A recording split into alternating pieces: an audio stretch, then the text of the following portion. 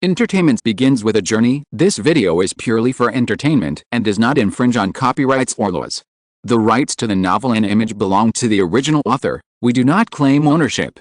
Don't like waiting and want to listen to this fanfic in full now? Subscribe to our Patreon, where you'll find the best fanfics. Chapter 201. No. You can't do this. Yukai leaned back in the car's backseat, his taxi driver and tour guide in front of him. Dao Shuogai was explaining Yulin's attractions to Yukai. The most important of our Yulin's attractions can be summed up in one sentence: South Tower, North Tower, Central Ancient City, 6 Storage Street, world famous. The South Tower refers to the Linxiao Tower, located outside the South Gate, and the North Tower refers to the Zhanbi Tower on the northern outskirts of the city. If you don't have any particular place you'd like to visit, I'll take you on a tour based on that. Yukai said, okay. These days, the towers and buildings are generally heavily renovated, and while they look charming from a distance, a closer look can make visitors wonder if they were not ancient. So, Yukai's biggest desire was to visit Zhanbi Tower. No rush, a day would be enough for us anyway. Dao Shuogai first took Yukai to the Linxiao Tower. After getting off the car, they saw a small hill that was under construction and would likely be transformed into a small park. Looking up at the tower, Yukai said, "It's really high." Dao Shuogai nodded and said, "Yes, this is a commanding height in Yulin. Historically, in wars fought in Yulin, both sides would fight for this high ground. It's a battleground." She continued to explain the tower to Yukai. Originally, there was a temple on this mountain, but it burned down during the Qing dynasty, leaving only this tower. The path up the mountain spiraled up the mountain. At the end, there was a checkpoint with a half-open wooden door, allowing visitors to view the Linxiao Tower. Only through this door could the entire tower be seen. Yukai expected to see a building similar to the Lifang Pagoda in Westlake. However, Yulin was clearly not as wealthy as the Westlake attractions. This tower looked like it hadn't been repaired in years, and faint traces of history could be seen. This gave Yukai, who had originally given up hope, a sense of surprise. How long has it been since this place was repaired? Yukai turned around and asked the tour guide. It was just renovated a few years ago. But you can't go inside the tower, so you can only look at it from the outside. Inside, there's just a wooden ladder, nothing else. The tower had 4 doors at the base, now all closed. Yukai counted 13 floors, all brick and stone. Wind chimes were attached to the eaves of each floor, 8 per floor. The roof was covered in colorful glazed tiles. While everything else was fine, a familiar Chinese style, the colorful decorations on the top had a Persian influence. Dao Shuogai recounted stories non-stop as Yukai stood on the edge of the platform, overlooking the old city of Yulin. Ancient strategic locations often shared a common characteristic: high ground. There's a saying that goes, climb high and see far. In ancient times, without modern technology to locate the enemy's position, standing high meant being able to detect their movements before them, giving you an advantage.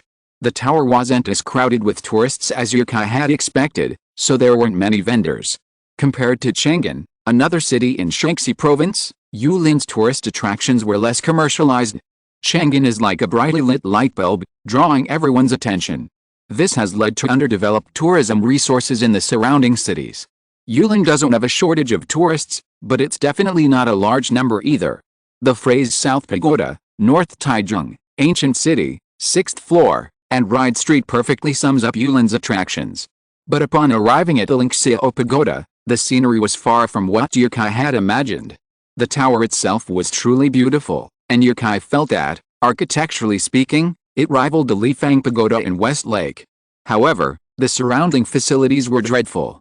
Excessive excavation of the yellow earth, exposed by construction, gave the impression of being in a construction site. On their way back, Yukai asked Dao Shuogai, if this place receives more visitors, do you think the scenic area management will repair the Linxiao Pagoda? We don't have a scenic area management, Dao Shuogai said. Usually, it's managed directly by the government. The Linxiao Pagoda was renovated twice, in the 1980s, and again in 2018, and continues to be repaired until now.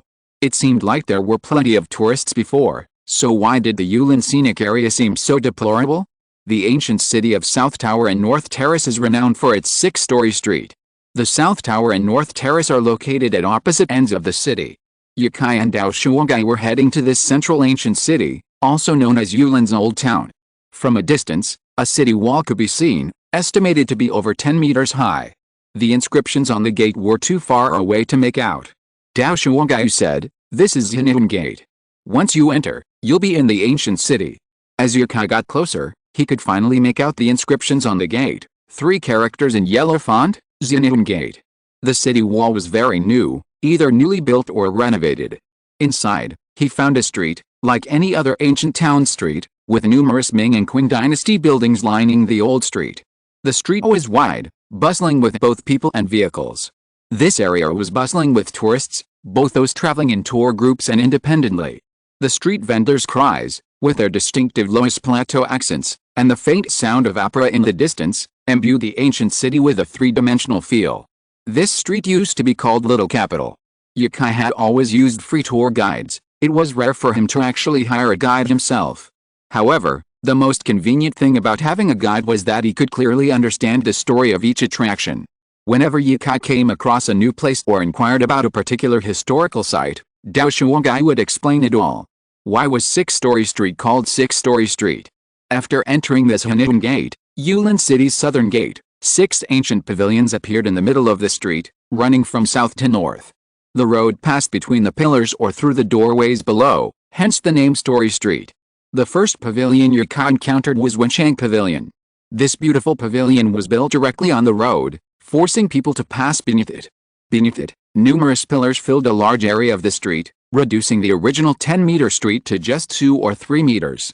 Many tourists and residents sat on the stone foundations beneath the pillars, taking photos or relaxing.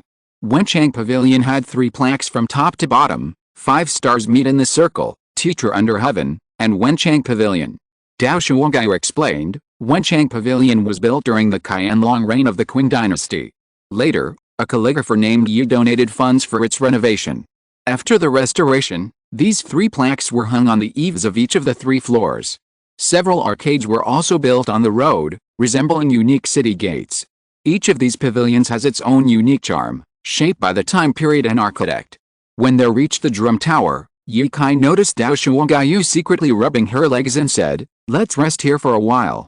Dao Shuangyu was delighted, thinking, "You're finally tired. You can really walk." She said crisply, "Okay, there's a chair over there." 40 meters from the street, there were several benches. Dao Shuangyu sat down. Her height allowed her to swing her legs, and the relaxing feeling was comforting. She looked back at Yukai, who was standing in the distance photographing the drum tower. The sun was not blazing, revealing the clear blue sky. Hundreds of birds swarmed around the drum tower, the densest cluster resembling a dark cloud, a truly spectacular sight. She hadn't noticed anything when she was walking down the street before, but it was only when she got further away that she realized how numerous the birds were. "Has it always been like this here?" Yukai asked. "I think so. I haven't really noticed," Dao Shuangyu said. Admiring the picturesque scenery, Dao Shuangyu suddenly had a flash of inspiration. She seemed to remember who Yukai was. Oh my god, he'd already told me his name, and it took me so long to recognize him. Brother Kai. It was Brother Kai. After all, he was in the tourism industry, so of course she knew Yukai and had even sent him a gift during his live stream. But then she got busy and forgot about it. Now that she thought about it, it had been months since she'd watched Yukai's live streams. They were so hard to come by, and if she really wanted to, she'd have to check if anyone had recorded them. He might stream during the day, when office workers were still at work. Or he might start at 1 or 2 in the morning, when few people would be watching except for night owls playing games. The reason Yukai hadn't been popular wasn't because his songs weren't good or his novels weren't engaging. It was because his extremely low exposure made it difficult for him to truly reach the audience. Yukai finished filming and flipped through the photos he'd just taken, nodding with satisfaction. He'd added another one he really liked, wondering when his photo map would light up the world. Just as he was about to sit down and play with his phone, he saw Dao Shuangyu staring at him in surprise. Yukai glanced at himself, then looked at Dao Shuangyu in confusion and asked, "What's wrong? Are you Yukai? Haven't you always known?" Yukai suddenly smiled. He knew Dao Shuangyu must have recognized him. Yukai had already filled in his name when placing the order, and they'd confirmed it immediately upon meeting. And yet, he still asked such a question. "Wow. It's really you. Are you going to do a live stream?" "Not yet," Yukai said. He might share some of his favorite things while in Inner Mongolia. There wasn't much worth live streaming in mainland China. The attractions were pretty much the same everywhere, and the ancient towns and streets were everywhere. The only place Yukai was interested in was Xianbite, but he could easily see it all in one glance, so there wasn't much to live stream. Why? Dao Shuangyu asked. I used to love watching your travel logs and live streams, but then you started live streaming less and less, and the updates to your travel logs weren't as frequent as before. Yukai rubbed his forehead, somewhat embarrassed. He was being questioned by his own fans. But he still had to explain. As for the travelogue, I used to post a day's events on Weibo at night, but then it got too cumbersome, so I just started posting them at the end of the trip. As for the live streams, it depends on the situation. I'm not a professional streamer. Sometimes, when I get emotional or something else comes up, I forget I'm live streaming, so I only do it when something interesting happens. No. You can't do that, Dao Shuangyu said seriously. She jumped off the stool and gave Yukai a serious analysis. We fans don't really care where you go or what interesting things you encounter. Of course, if there are any, that's great. What we really want to see is you. Just live stream anything and chat about it. Is that so? Of course, Dao Shuangyu nodded. And Weibo, too. It's okay if you don't post travelogues. But could you please post more and interact with us? She gave Yukai an example. For example, those photos you just took, I think they were beautiful just thinking about them. And you took so many at the Linkseo Tower. You can only use a few in each travelogue. Post the rest separately on Weibo with a few words. Thank you, Yukai said. You're welcome. It's just what a fan should say. Yukai's head was filled with questions. Is this what a fan should say? Could it be that all those people I'd met before who rushed up to me and asked for photos, autographs, and even hugs were fake fans? Seeing Yukai listening to her advice, Dao Shuangyu nodded vigorously and said, the most important thing for a celebrity is exposure. You can't keep hiding it like this. But I don't want to be a celebrity. Dao Shuangyu was stunned. After all I've said, you don't want to be a celebrity? No wonder you're so Buddhist, always ignoring your netizens. Seeing Dao Shuangyu in another daze, Yukai suddenly laughed. Haha, okay, I know what you mean. I'll post more on Weibo from now on. I'll also be more considerate of you during my live broadcasts. Thank you for your advice. This fan was quite interesting, or perhaps even quite reasonable. Those who discovered him, especially the women, were generally quite crazy. The look in their eyes when they noticed Yukai was not only surprise but also admiration. Talent enhanced everything about Yukai, his height, his voice, his skin, his looks. 70% of Yukai's fan base were women, and some of the remaining 30% were their boyfriends. Even walking down the street with a hat and a mask on, he'd sometimes be approached by women. The bigger the city, the more common this was.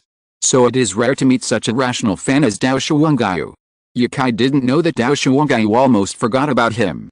You seem to be a part-time tour guide, right? What's your main job? Yukai asked. Yukai did not find the tour guide in the hotel, but found Dao Shuangyu on a life app. Now Yukai is a little curious about what Dao Shuangyu does. Yukai firmly believes that fame can bring pressure to people. Me? I haven't found a formal job yet. I usually broadcast live in Yulin and travel around. If someone finds me to be a tour guide, I will go. If not, I will rest at home. Or in the same industry. Yukai said in surprise. No. Dao Shuangyu was embarrassed now, and said, my live broadcast is just a joke. No one watches it, and no one pays attention to me. You will succeed sooner or later. You are a good commentator. You can try other cities in the future. Chapter 202 The first station of the Great Wall. The city of Yulin truly possesses an indescribable charm. To call it ancient isn't entirely accurate. Hangzhou is also an ancient town, and for thousands of years, the gentle charm of the Jiangnan region has been woven into the Suzhou and Hangzhou area. But Yulin, this ancient city, gave Yukai a completely different experience.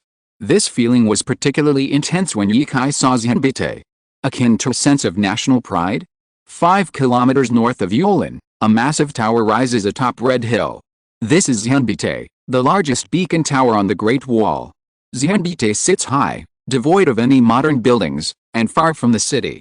Below the scenic spot lies a small commercial district.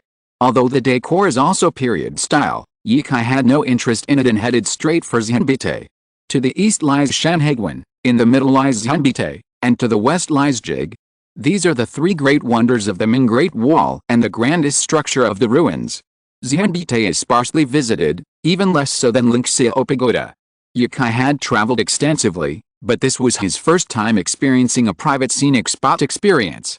Coincidentally, Yukai didn't like crowded attractions, so the quietness of this place suited his needs. Outside Xianbi Terrace was a park. Following Dao Shuangaiyu, they soon reached the entrance to Xianbi Terrace. The gate was inscribed with Kuangguang City. Dao Shuangaiyu explained, "This is Kuangguang City. Entering from here is an official trading venue." It was also where the Ming dynasty entertained and rewarded envoys from other ethnic groups, accepted tribute, and negotiated border trade. Entering the city gate, there was a long downhill slope on the right. Fine, neatly laid bluestone bricks extended along the slope to a platform with a drop of over 10 meters. This was Kuangguang City. The city walls, dilapidated like a pile of loess, surrounded Kuangguang City. The platforms, the size of 2 or 3 football fields, were empty and overgrown with weeds, indicating no official repairs. To the right was a road leading directly to Xianbi Terrace. Once there, the dilapidated feel of Kuangguang City vanished, leaving it immaculately clean. "This is the first floor of Xianbi Terrace," Dao Shuangaiyu said. "There used to be several barracks here, used for officials to hold meetings. Later, they fell into disrepair and collapsed. These buildings were restored a few years ago." Yukai nodded. The restoration was excellent, with traditional brick and stone construction, in keeping with the architectural style of the Ming dynasty. Xianbi Terrace is a square trapezoidal shape, with 4 floors and a total height of approximately 30 meters. Each floor is surrounded by parapets and battlements. The first floor is merely a base and a training area. The entire Xianbi Terrace is actually located in a corner of Kuangguang City. "Let's go to the top floor," Yukai said. The stairs were originally bluestone bricks, but now they are wooden. The corridor leading up is not narrow, but the steps leading up to the roof are a bit narrow. The roof is also empty, with a sign in the center explaining the story of the top floor. There used to be a watchtower here, which has also collapsed. The rooftop, barely 100 square meters, was surrounded by battlements, typical of city walls. Standing there and gazing out into the distance, one could experience what people often call the scenery beyond the Great Wall. It was perfectly quiet. If Dao Shuangaiyu hadn't spoken, Yukai wouldn't have heard a single human sound. The strong northwest wind rustled the Ming dynasty flags all around. The sky was also kind to Yukai, clear and clear, allowing him to see for dozens of miles. From the summit of Xianbi Terrace, the view stretched for dozens of miles, revealing sparse vegetation on the lowest plains, the mighty river flowing in the distance, and the ancient yet youthful city of Yulin. All of this was what had drawn Yukai to this place, the scenery beyond the Great Wall that he had longed for. Yukai had been standing there for a long time. There wasn't much to see here, but it was something that drew him to stay. Nothing obstructed his view. As the ancient poem goes, "I will ascend to the summit, and see all the mountains below." But here, Yukai felt as though there were no mountains, only low plains, endless loess. And where were the mountains? The mountain was right where Yukai was standing, at his feet. Ancient emperors loved to stand on high places. Yukai could now more or less feel a little bit of that feeling of standing on the top, and it was indeed fascinating at that moment. In the distance, the setting sun was sinking into the edge of the earth. Yukai was watching the sunset, and Dao Shuangaiyu was looking at the low stone foundation left after the watchtower collapsed. She really wanted to sit down. But the ground was really dirty, and she was wearing white pants, so if she sat down, it would definitely leave marks.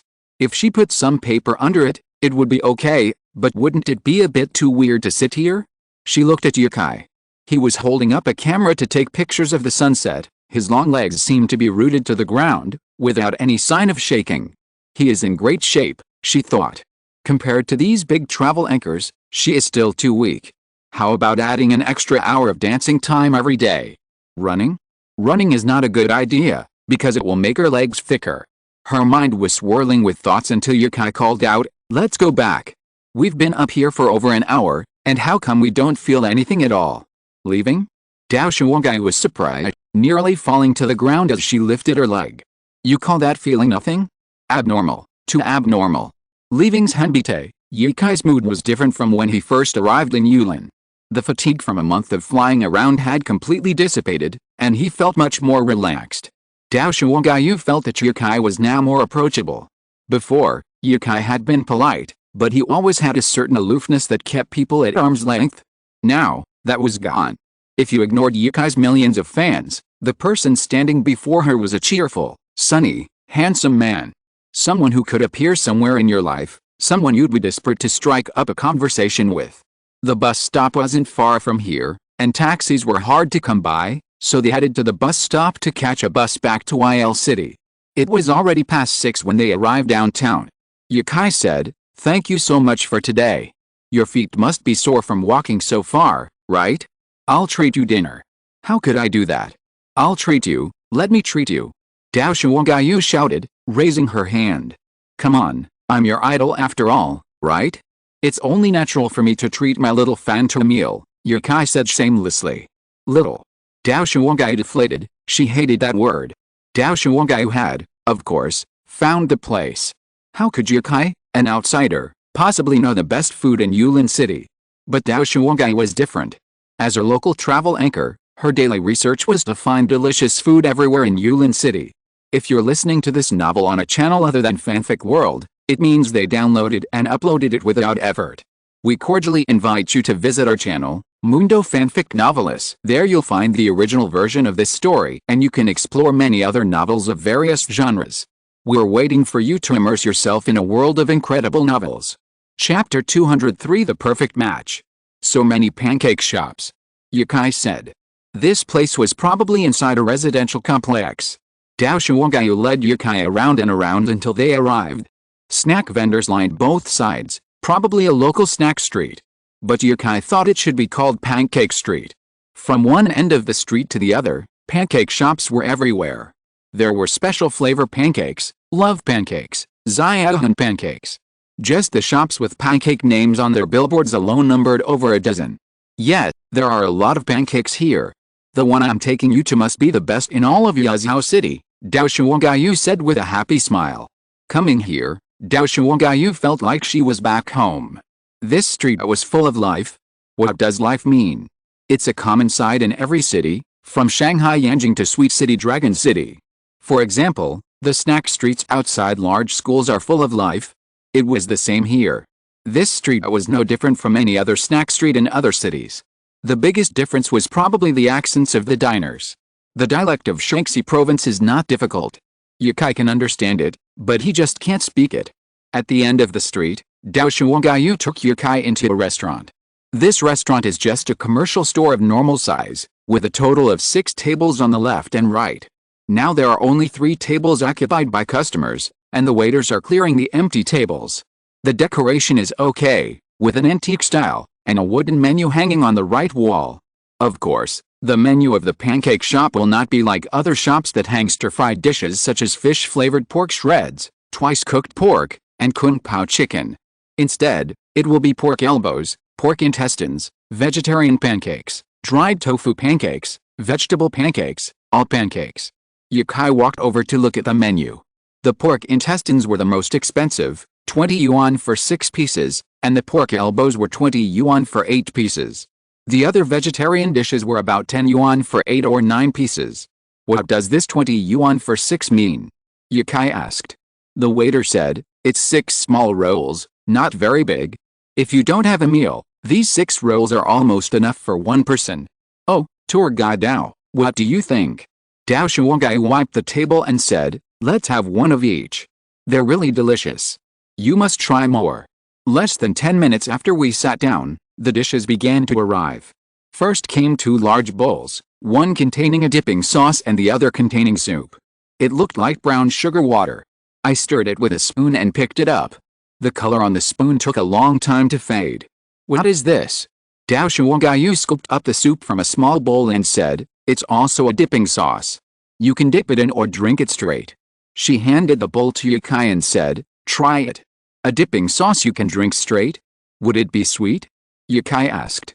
There was a hint of vinegar and ginger, so it didn't seem sweet anymore, but more sour. He took a small sip to savor it. It's really sour. Yukai frowned and said, it's too sour. I'm a little uncomfortable with it. When eating barbecue, Yukai would dip it in vinegar if he remembered, but if you asked him to drink vinegar straight, he definitely wouldn't be able to get used to it. It depends on the person. Once he gets used to it, he'll probably get better. Dao Shuangyu smiled and said, "It's made with vinegar, ginger, and minced garlic. It tastes very good. It's indeed a good seasoning." Putting down the bowl, Yukai tasted another dipping sauce. This one was quite standard, suitable for most tastes in China, and very fragrant. The pancakes arrived. Yukai imagined pancakes would be yellow, perhaps even some with black dough, which would turn black after being overheated. But what they presented to Yukai were rolls of snow-white pancakes. "Is this steamed?" "Buckwheat." Yukai picked up one with his chopsticks. Steam rose from the surface of the pancake, and the chopsticks conveyed to Yukai a chewy texture and the aroma of buckwheat. The waiter nearby said to Yukai, "Yes, it's buckwheat, but it's not steamed, it's pan-fried." Dao Shuangyu was happy to have someone explain things to Yukai on her behalf. She didn't want to argue with anyone for the right to speak to him. She might as well eat something delicious while she had some free time. She was exhausted today. Her legs felt like they weren't her own. She could only imagine the torment she'd feel tomorrow morning. It wouldn't be unreasonable to eat a bit more of Yukai's treat, right? Yukai placed a rolled pancake in the dipping sauce and covered it in the sauce. The heat from the pancake invigorated the sauce, bringing the flavors of buckwheat and sauce together. Yukai's throat churned as he began to eat. The pancake felt soft, but not at all loose. Instead, it had a nice, chewy texture. The sauce and the pancake were a perfect match. This is good," Yukai said. Dao Shuangyu nodded happily. This one was vegetarian, meaning it was a pancake without any other flavor. Several other varieties were brought up one after another. Yukai preferred the pork elbow pancake. Meat eaters choose food in such a simple and unpretentious way. He picked up a pork elbow pancake, not dipping it in sauce. He folded the ends together with his hands, took a bite, and the rich aroma of meat and pancake hit Yukai's taste buds. Yukai didn't bother to talk or express his feelings. Like Dao Shuangyu, he buried his head in the dishes that appeared on the table. These pork elbow pancakes, 8 rolls for 20 yuan, gave Yukai even more satisfaction than the shredded pork he had in the Netherlands, even though the price difference was 10 times. Indeed, China is truly a land of gourmet food. No matter what kind of dish, whether beautiful or delicious, expensive or cheap, you can find it here. Simple food can sometimes taste just as good as delicacies from the land and the sea. Yukai wasn't just eating to fill his stomach anymore, he was actually looking for the satisfying feeling that eating brought. The two of them worked together to finish off several plates of pancakes, and Yukai was about 80% full. Dao Shuangyu leaned back in her chair, her eyes closed, and seemed like she wouldn't be moving for a while. The entire meal cost less than 100 yuan, and they'd order 2 drinks along with it. After paying the bill, Yukai went out and called a car. He first dropped Dao Shuangyu off, then had the driver return to the Marriott Hotel and drive around half of Yulin. Yukai was feeling a little tired today, otherwise, he might have waited until the sun had completely set before leaving. His feet ached from standing, so what about Dao Shuangyu? That was why Yukai and Dao Shuangyu had left Xianbite at that moment. It was his mistake, he'd been so absorbed in the surrounding scenery that he'd completely forgotten about this girl. In the car, Yukai reviewed his photos, mentally deciding which one to post on Weibo that night. Chapter 204 Departure. Finally, he chose a photo taken at Xianbite. Yukai had taken it at the foot of the platform. The lower half of the picture featured the main structure, while the sky stretched far into the distance above. Originally, he'd only intended to write a few words and post them, but he'd written too much. Just a description of the scenery ended up running into hundreds of words. He then deleted it and wrote again. Photo taken at Xianbite, Yulin. Desert smoke, the scenery beyond the Great Wall, a sweeping view. The first comment came in quickly. A fruity cutie commented, "Here I come." I knew Brother Kai was going to post on Weibo. He knew it was Dao Shuangyu, the username suited her perfectly. He caught up on the recent news and then responded to a few fan messages. Dao Shuangyu was right, he really wasn't paying much attention to these social media platforms anymore. It was an honor to be liked by others, and he needed to communicate more online in the future. After contacting the car rental company, Yukai finally rested. He set a time to depart from Yulin early the next morning and drive across the Loess Plateau to the NMG grasslands. He needed to plan his route first. Unfamiliar with the roads, Yukai would have to rely entirely on navigation tomorrow. Longing for the grasslands, he fell into deep sleep late into the night.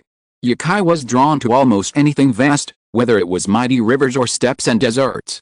He wasn't particularly outgoing, so he yearned for the vastness and grandeur of the world. At dawn, Yukai awoke to the urging of his cell phone. He drew back the curtains, gazed out at the world, and yawned. The city of Yulin was also waking up.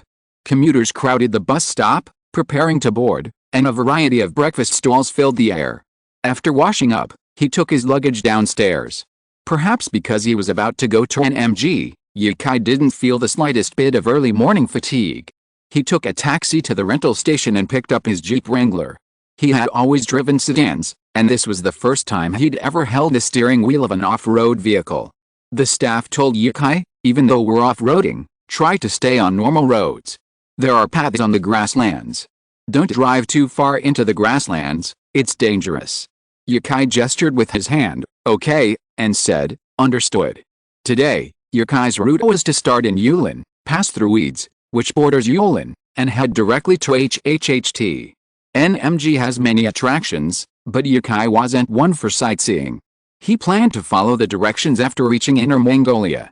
Before driving there, Yukai stocked up on food and water, a tent, batteries, and a solar charger. After confirming his preparations, Yukai set off. He posted on Weibo, ready to enter Inner Mongolia. See you on the grasslands. The long drive was tiring, but Yukai wasn't in a rush. Yulin to HLBE only took about 5 hours, and he'd definitely arrive before nightfall. When he got tired, he'd stop at a service area to rest and take in the scenery before continuing. Once inside Inner Mongolia, the service area architecture became more interesting. A local service area truly reflects its local character. The restaurant offers a variety of local specialties, including a whole lamb grilled on a transparent grill. Having skipped breakfast, how could Yukai resist the temptation? A whole roasted lamb was too much trouble, but kebabs were still an option. So, he drove along, eating as he went, and before he even reached the lunch spot he'd arranged the night before, Yukai was already stuffed. After exiting the highway at Eads, Yukai felt a bit lost. I'm not eating here, so why would I get off the highway? But since he'd already arrived, he couldn't just turn back, so he drove into the city of Eads. Eads is actually right next to Yulin, separated by the Ulan River. You can see directly from one city to the other across the river.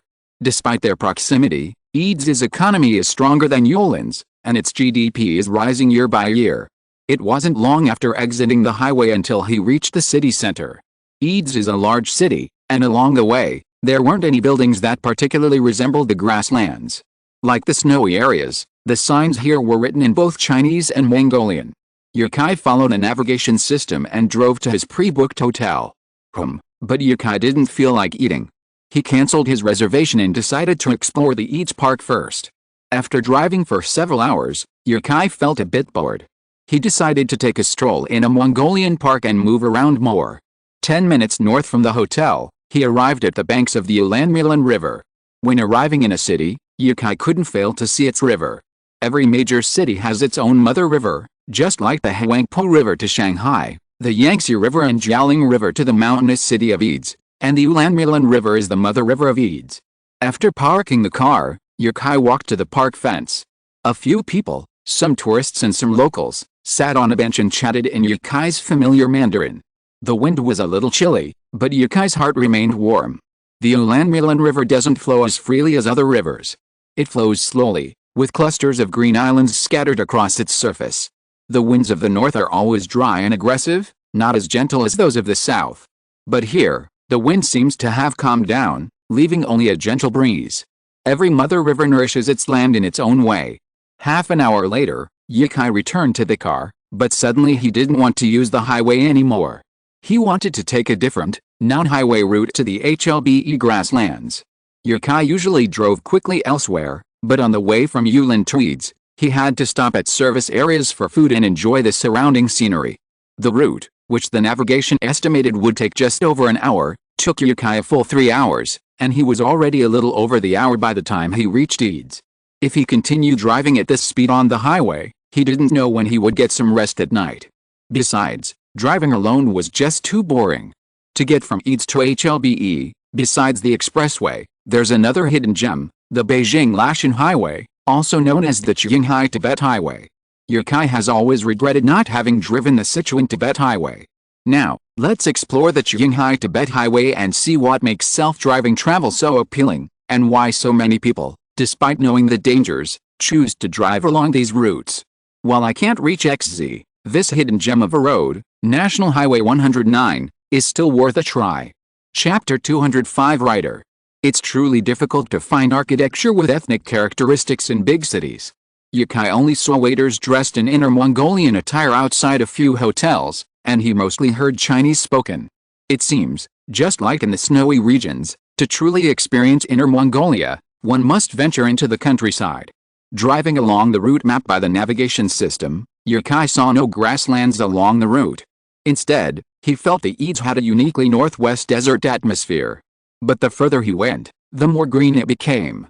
If it weren't for the tire tracks and the sand, Yukai would have wondered if he'd taken the wrong road and returned to the lowest plateau.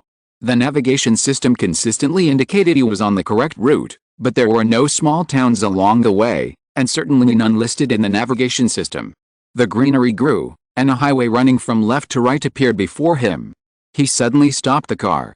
It seemed he had indeed taken the wrong road. Yukai opened the navigation system and rerouted his route. There were several alternatives to the highway, and the Qinghai-Tibet Highway was the one Yukai saw. However, Yukai had taken a different route. I've actually taken the wrong road one day. Driving back along the Qinghai-Tibet Highway was much easier, and there were more people and cars. Along the roadside, you could see people hiking from the Qinghai-Tibet Highway to LS. Seeing a sign for ZGEQ, Yukai drove straight in. After wasting a long time, he finally saw the city. NMG is huge, even a single trip across the city could take a whole day. So, when Yukai chose this route, he had already prepared to set up camp for the night. Fortunately, he came across a small town. From Yulin to Inner Mongolia, the further you go, the colder it gets. It was relatively mild in Eads, but by the time he reached ZGEQ, the outside temperature was probably only 5 degrees Celsius. Yukai parked the car, dug a coat out of his luggage, and put it on before getting out. After getting out, Yukai noticed a school not far away. It was the end of the day, and countless middle school students in their uniforms were pouring out, creating a spectacular scene. And everyone knows there are always good and affordable restaurants near schools. Yukai couldn't guarantee this for others, but outside the school he attended, he always found some delicious snacks that he liked. Walking around the school, Yukai soon came upon the unnamed snack street. Whatever its original name, it was definitely the right one. The entire street was filled with the aroma of meat. The cumin-flavored grilled skewers were absolutely addictive. With all sorts of seasonings, they weren't the original Mongolian barbecue. The surface areas along the way sold just this kind of seasoned skewers. Having never tried Mongolian barbecue, Yukai couldn't compare the two, but the aroma of Inner Mongolian beef and mutton, paired with the seasonings developed over the years, captivated him. Following his instinct, he entered a restaurant and sat down when he finally heard Mongolian. 3 Mongolians sat not far from Yukai. On the table sat a large, plain, round plate filled with large chunks of meat, freshly cooked, still sizzling. They were all incredibly strong. They were either fat or very strong, with muscles and fat. What kind of meat was on the plate? The owner of the restaurant saw someone come in and sit down, so he walked over and asked, "What would you like to eat?" Yukai glanced at the people at that table and said, "Do you have that dish anymore? That's a whole roasted lamb. It's very troublesome. If you want it, you need to order it a day in advance. If you're in a hurry, you can take a look at our other dishes. They all taste very good." That's a bit of a shame. The restaurant's dishes were all hung on the wall, and there were very few varieties. Yukai ordered dry pot chicken and a few skewers of grilled lamb. The grilled lamb skewers here were not the kind of lamb skewers with only a few strands of meat like in the mainland, but large pieces of meat, so big that you can tear them apart and eat them directly with your hands. This is the kind Yukai had eaten on the road before. Several Mongolians noticed Yukai the moment he mentioned wanting to eat roasted whole lamb. After a moment's discussion, they called out, "Hey, friends." Yukai glanced around and finally, hesitantly, asked, "You, are you calling me?" Yes, friends, come and eat with us." Yukai wasn't particularly sociable, So he read a whole book on micro-expressions and, once he realized they weren't joking, nodded and walked over. Inner Mongolians are certainly hospitable, but they're definitely not welcoming to strangers. It's 2020 now, and if they continued to be so welcoming, they would have been bankrupted by domestic tourists over a decade ago. So, if they weren't familiar with the area, they wouldn't invite you to dinner. Inner Mongolia is actually very similar to the snowy regions. Both have been developed into popular tourist destinations, attracting countless domestic tourists. These tourists are a diverse bunch, so the warmth and hospitality of Inner Mongolians towards mainlanders isn't what it was decades ago. The three of them sat at the rectangular table, and Yikai took the remaining seat. He turned and called to the waiter, "Boss, change the dry pot chicken to a larger portion, and give me 20 more lamb skewers." Yikai hadn't considered whether he could finish it, but it was better than not having enough. "No need to change, there's plenty of meat here," said the man sitting across from Yikai. Mongolians don't look much different from Han Chinese, but their skin is a bit darker. The man sitting across from Yikai had longer hair and a beard. Even in the freezing weather, he was wearing a white short-sleeved shirt, his eyes small and half-closed, but he seemed friendly. "I just arrived in Inner Mongolia, and I've been wanting to eat more of the local food. The meat is so delicious," Yikai said. Hearing the tourists praise their hometown's food, they all laughed and said, "Eat it. The lamb here is from my family, it's delicious." As they were talking, the wine arrived, and Yikai was a little confused. Could he be drinking? The waiter brought 4 bowls, larger than a serving bowl, and it wouldn't be an exaggeration to call them sea bowls. The roasted whole lamb had sat untouched for so long. After filling the glass with wine, they instead lifted their bowls and said, "Let's toast to our new friend first." The 3 men, holding their bowls, said something in Mongolian to Yikai, which he didn't understand. But the next moment, they emptied their bowls. Sharing a table didn't seem like a good idea. A little nervous, Yikai smiled at them, then slowly downed the wine with a resolute determination. It didn't seem very strong. He breathed a sigh of relief. Seeing Yikai finish the wine, the atmosphere at the table perked up. To accommodate him, they chatted in Mandarin, not Mongolian. Yikai then realized they were all ZGEQ drivers, participating in a competition the next day. Riders usually refers to delivery drivers for Elmi or Michoacán, but they clearly weren't actually delivering food. Chapter 206 Bunker Building. It turns out the taste of alcohol changes. Yikai loves to drink, but he's not a big drinker. His favorite is the strong-flavored rain liquor from Sichuan province, followed by Irish stout. He ranks the alcoholic beverages he's tried in his mind. The wine in the bowl he holds now tastes light at first, with a strong sweetness. But after a while, the sweetness fades, and the drink feels like swallowing a series of hot iron beads. It's unclear if it's the body's resistance to the alcohol. He became drunk almost instantly. The Mongolians had no intention of forcing him to drink, but when they finished their conversation and looked back, Yukai's eyes were already dazed.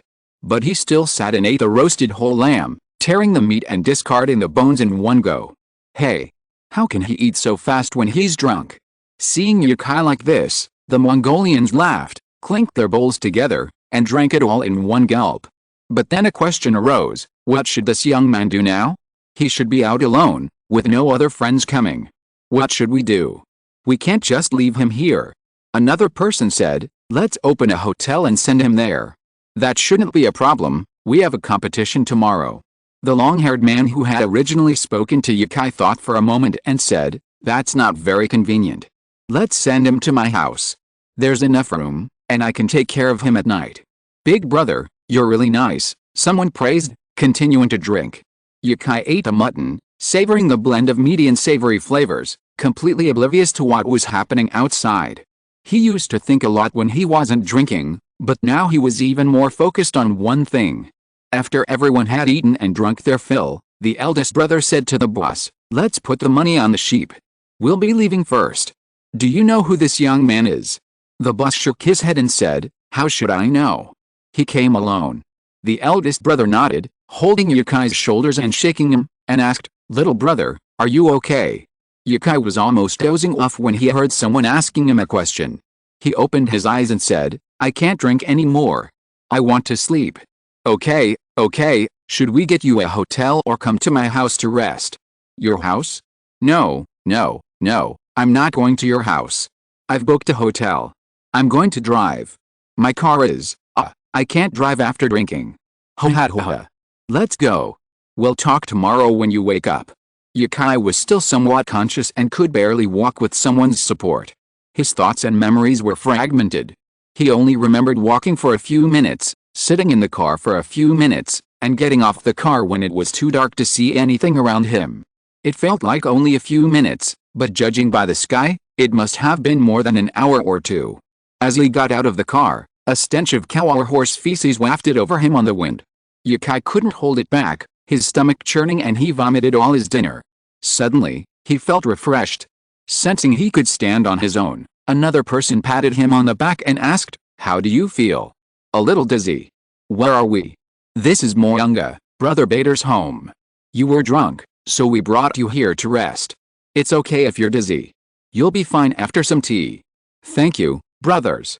He was actually drunk. He hadn't been so cautious, Yukai thought to himself. Before him was a stone house, enclosed by a wooden fence. Inside the fence, only a beautiful horse could be seen, no other animals. The horse was beautiful because it had a well-proportioned body, a small belly, and bright fur. Yukai had seen the horses raised by herders in the snowy region. They were raised much the same way as yaks, grazing in the pastures outside their homes. Yukai was puzzled. There wasn't much grass in the snowy region, so why were all those horses so bloated? Several horses were scavenging for the freshest grass sprouting from the ground, fattening themselves up. But this Mongolian horse, ignoring the fine grass around it, stared at Yukai with a handsome, humane gaze.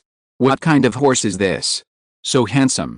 "Oh, it's a Mongolian horse," the eldest brother said to Yukai, then called into the house, "E.g., I'm back with some friends." An elderly woman in a headscarf emerged, hunched over, holding a piece of cloth that looked a bit like a shoe insole. The two exchanged a few words in Mongolian, which Yukai couldn't understand, and then the eldest brother said, "Come in.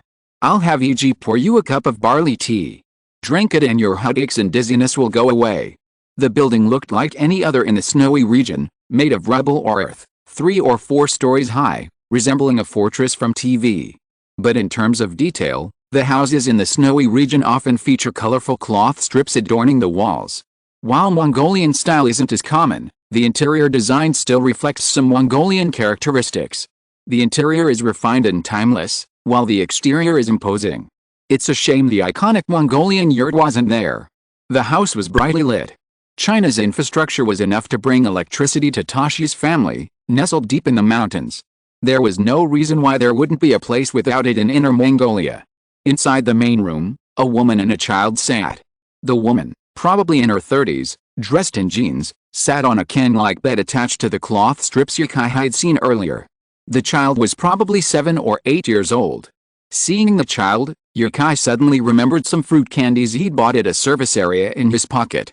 He'd bought them for fun because driving was too boring. He took them out and saw there was still a small bag of about 10 candies. Yukai tried to squat down but nearly fell. Someone nearby noticed him sway and quickly came over to support him, preventing him from making a fool of himself.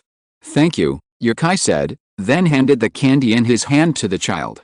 "Here, fruit candies, they all taste different." "Thank you, uncle." Was he getting older again? After being called brother for over a year, he was now uncle. "Well, eat," Yukai said. The woman smiled at Yukai, and Yukai nodded and greeted her. There were quite a few rooms here. The house was almost 2 or 3 times larger than Toshi's family's. Brother Bader asked his 2 friends to rest in their last place and personally took Yukai upstairs to a neatly tidy room. The walls were made of earth and not whitewashed, but they were still very clean. The bed was covered with a thick quilt with a colorful pattern. It looked like patchwork rags, but it was surprisingly beautiful. Perhaps this was the ethnic culture of others. To the left of the bed was a window, and looking down, I could just see the horse shaking its hooves out of boredom. It was really handsome. If Yukai had seen this horse before going to the snow area, the picture of the horse hanging in the living room would probably look even better. Chapter 207. Will it? I understand a little bit. It was a cold night, probably below 0. Yukai lay in bed, feeling a bit sleepless. It wasn't the temperature difference. Even returning from Australia to China, where it was still winter, he'd adapted quickly. It wasn't that he was stuck in his bed, Long-term travelers who were stuck in their own bed wouldn't be able to sleep. It was probably the alcohol. At first, he was really sleepy, but suddenly, with a sudden awakening, he wasn't feeling sleepy anymore. There was a pot of golden barley tea on the table next to the bed. Yukai got up and poured a cup. The tea was cold, but even at its coldest, it felt gentle on the throat. It was only his stomach that felt cold. He sat for a while, feeling increasingly cold because he hadn't brought any warm clothes. He rubbed his nose and went to bed. He had no down jacket, no camera, no laptop, everything was left in the car. He hadn't expected to encounter such a situation since he'd gone out for dinner. Fortunately, he'd parked in a marked parking area, otherwise, returning home the next day would have been even more troublesome. Thinking about the travel magazine I'd been commissioned to write for, the life I'd been dreaming of that hadn't even aired yet, and the new book still in print, I finally fell asleep without knowing when. The stars visible to the naked eye in the night sky rotated rapidly, and the night passed quickly. The sun shone again on the grassland. The grass, which had been frozen all night, perked up, shook off the dewdrops on its body with its head held high, and the slightly swaying leaves seemed to be waving their arms. A horse spotted the grass and walked towards it. Yukai was awakened by a few hoarse neighs. He threw back the quilt and hurried to the window to look downstairs. It was the old lady and the woman milking the horse, and it was not the horse he had seen yesterday. Yukai was a little disappointed and was about to go back to put on his clothes, but at this moment he saw three big brothers on horseback galloping on the grassland in the distance. Bader, in the lead, was riding the horse he had seen yesterday, 7 or 8 lengths ahead of the two behind him. Not the length of a human, but that of a horse. The faint sound of shouting reached Yukai's ears, and he thought he could even hear the sound of horses galloping, the clatter of their hooves on the grassland. Modern Chinese horses are also capable of running very fast. After getting dressed and going downstairs, the child was helping his mother carry an empty bucket. As Yukai followed him out the door, the woman said, "You're awake? My brother said you were a tourist from the mainland. Where are you from?" "My home is in Sichuan province." "Do you know Chengdu?" "I've heard of it," the woman said. Yukai was more concerned about what the woman said. Brother? Was she the brother that Yukai understood? Or was it the interest between the two? Yukai had always thought this woman was his sister-in-law.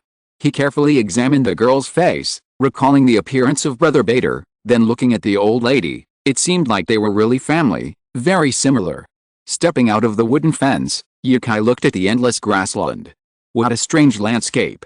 Yesterday, after seeing so many deserts and wastelands, it wasn't long before I saw such a vast grassland. Herds of cattle and sheep crisscrossed the grassland, and pairs of horses galloped across it. Yukai pulled out his phone and began recording the distant scenery. Even without a camera, a phone would do. Phones are becoming increasingly powerful, with ever higher resolutions. Who knows, they might even replace SLRs someday. After a while, Brother Bader returned and asked, "Little brother, can you ride a horse?" "A little," Yukai said. The skill of riding, one of the 6 arts of a gentleman, detailed how to control a horse, so even though Yukai hadn't learned it, he could actually ride. Bader was a little surprised. He'd been thinking of asking Yukai to learn because he didn't know how. Was he boasting? Bader thought, but Yukai had made a good impression, and that didn't hurt him. He whistled in the distance, and a horse galloped toward him with a brisk trot. Its vigorous gait reminded Yukai of a husky. "This is the most gentle horse in my family. Why don't you give it a try?" said the eldest brother, Bader. He didn't completely believe what Yukai said. But since Yukai said that, he must be knowledgeable. So, he let Yukai try this horse that anyone could ride. "Okay," Yukai said. When Bader dismounted, he saw Yukai was ready to mount and said, "Wait, I'll get you a saddle." He thought to himself, can he really ride a horse? 10 minutes later, the saddle was ready, and Yukai stepped on the stirrups to climb onto the horse. As he sat on the horse's back, a familiar feeling came over him. If the system had a proficiency level for Yukai's skills, it had previously accumulated to 20%. After mounting the horse, his proficiency level increased by 50%. An idea flashed in his mind, and he flicked the reins and said, "Go." The previously silly horse became serious and began to take small steps forward. At Yukai's urging, it gradually relaxed its temper and broke into a run. Brother Bader immediately caught up, smiling, and said, "Great. I was right. I've met several tourists before, and none of them knew how to ride horses. I guess it's because of some special reason, Yukai said. This grassland actually belonged to Brother Bader's family. It was truly enormous. Yukai and Bader galloped along, taking less than 10 minutes to reach an unknown river. Bader said, "That's someone else's land across the way, and this side of the river is ours." Yukai then realized that after all this walking, they were still inside Brother Bader's house. As they were walking back, the other two joined them. "We're going to the competition this afternoon. How are you feeling, brother?" "No problem," his half-lidded eyes shone with a smile and confidence.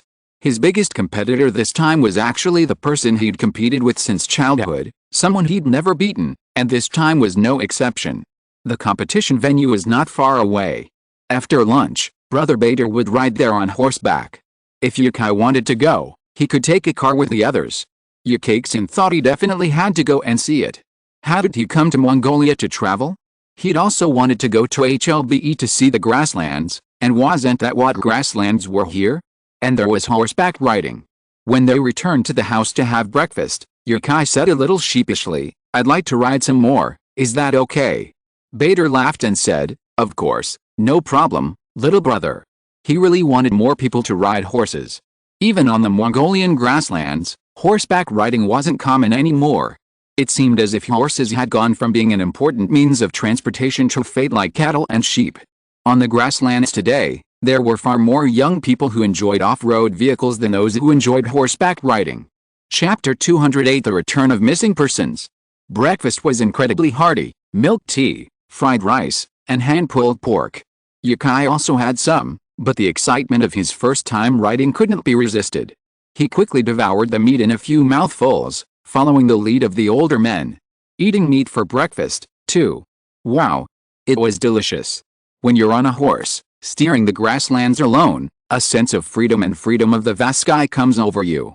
It's not like those tourist attractions where you see a herder letting a horse and, for a few dozen yuan, you can ride it for a spin, take a photo, and experience the rubbing of your thigh against the horse. This leaves no memories, other than a photo as a keepsake. Some might wonder, is there a difference between riding a horse and riding a motorcycle? There's a huge difference. The machine is inanimate, you can't communicate with a car. When riding a motorcycle, you're the driver, 100% of the driving. But in horseback riding, making the horse move isn't something anyone can do alone. Every second brings a new and exciting experience. Horses are living, intelligent creatures. As long as there is a path, Yukai can even close his eyes and ride a horse. The horse will run on the path under his feet. The strong wind blowing on his clothes makes Yukai feel like he's riding on the grassland. The sound of the horse's feet on the ground makes Yukai think that he is an ancient knight. He reined in his horse and stopped, looking around. The grassland was green and there was no end in sight. There were no people around, let alone tourists. Even Bader's house was not in sight. Only some horses that had gone far away were eating the tender grass that had just sprouted in the spring in the distance. Yukai stroked the horse's mane and asked, "What's your name?" The horse made a roaring sound and stepped on the ground irregularly with its limbs. It was estimated that it could really understand what Yukai meant. But Yukai did not understand what it said. Sensing the horse's growing anxiety, Yukai patted its back and said, all right, I get it. Let's keep going." Yukai's first impression of the horse was that of a husky, but now Yukai completely unfettered it, letting it run free, its gait taking on a slightly husky-like quality. With a flick of the reins, the horse instantly accelerated, like an arrow from a bow. 20 minutes later, Yukai stopped to rest. He found a clean patch of grass and lay down, gazing at the large white clouds floating in the blue sky. The sky was low, but it didn't make Yukai feel overwhelmed. Going out with others is called traveling. Seeing the world on your own is what traveling is all about. Yukai remembered his promise to communicate more with his fans, so he pulled out his phone and started a live stream, typing in the title, "I'm riding horses on the grasslands." Compared to Yukai's usual early morning live streams, today's 9 o'clock one was definitely a good time. It had been so long since Yukai's last live stream that no one immediately entered the room. However, within a minute, hundreds of people trickled in. Missing person returns? Excuse me, but when did I start following this streamer? I've forgotten his name? LBW, in Inner Mongolia? I'm from Inner Mongolia. Come to my house, I'll kill a sheep for you. Finally live streaming. First, let's feed the handsome pigeons on TV. Please do more live streaming. Now, the only travel live streaming I can watch is yours. Seeing these condemning comments, Yurkai felt a little embarrassed. He stood up from the ground, turned the camera on his phone, and said, "This is the Inner Mongolia grasslands. I won't tell you where it is, so you don't have to come looking for me again."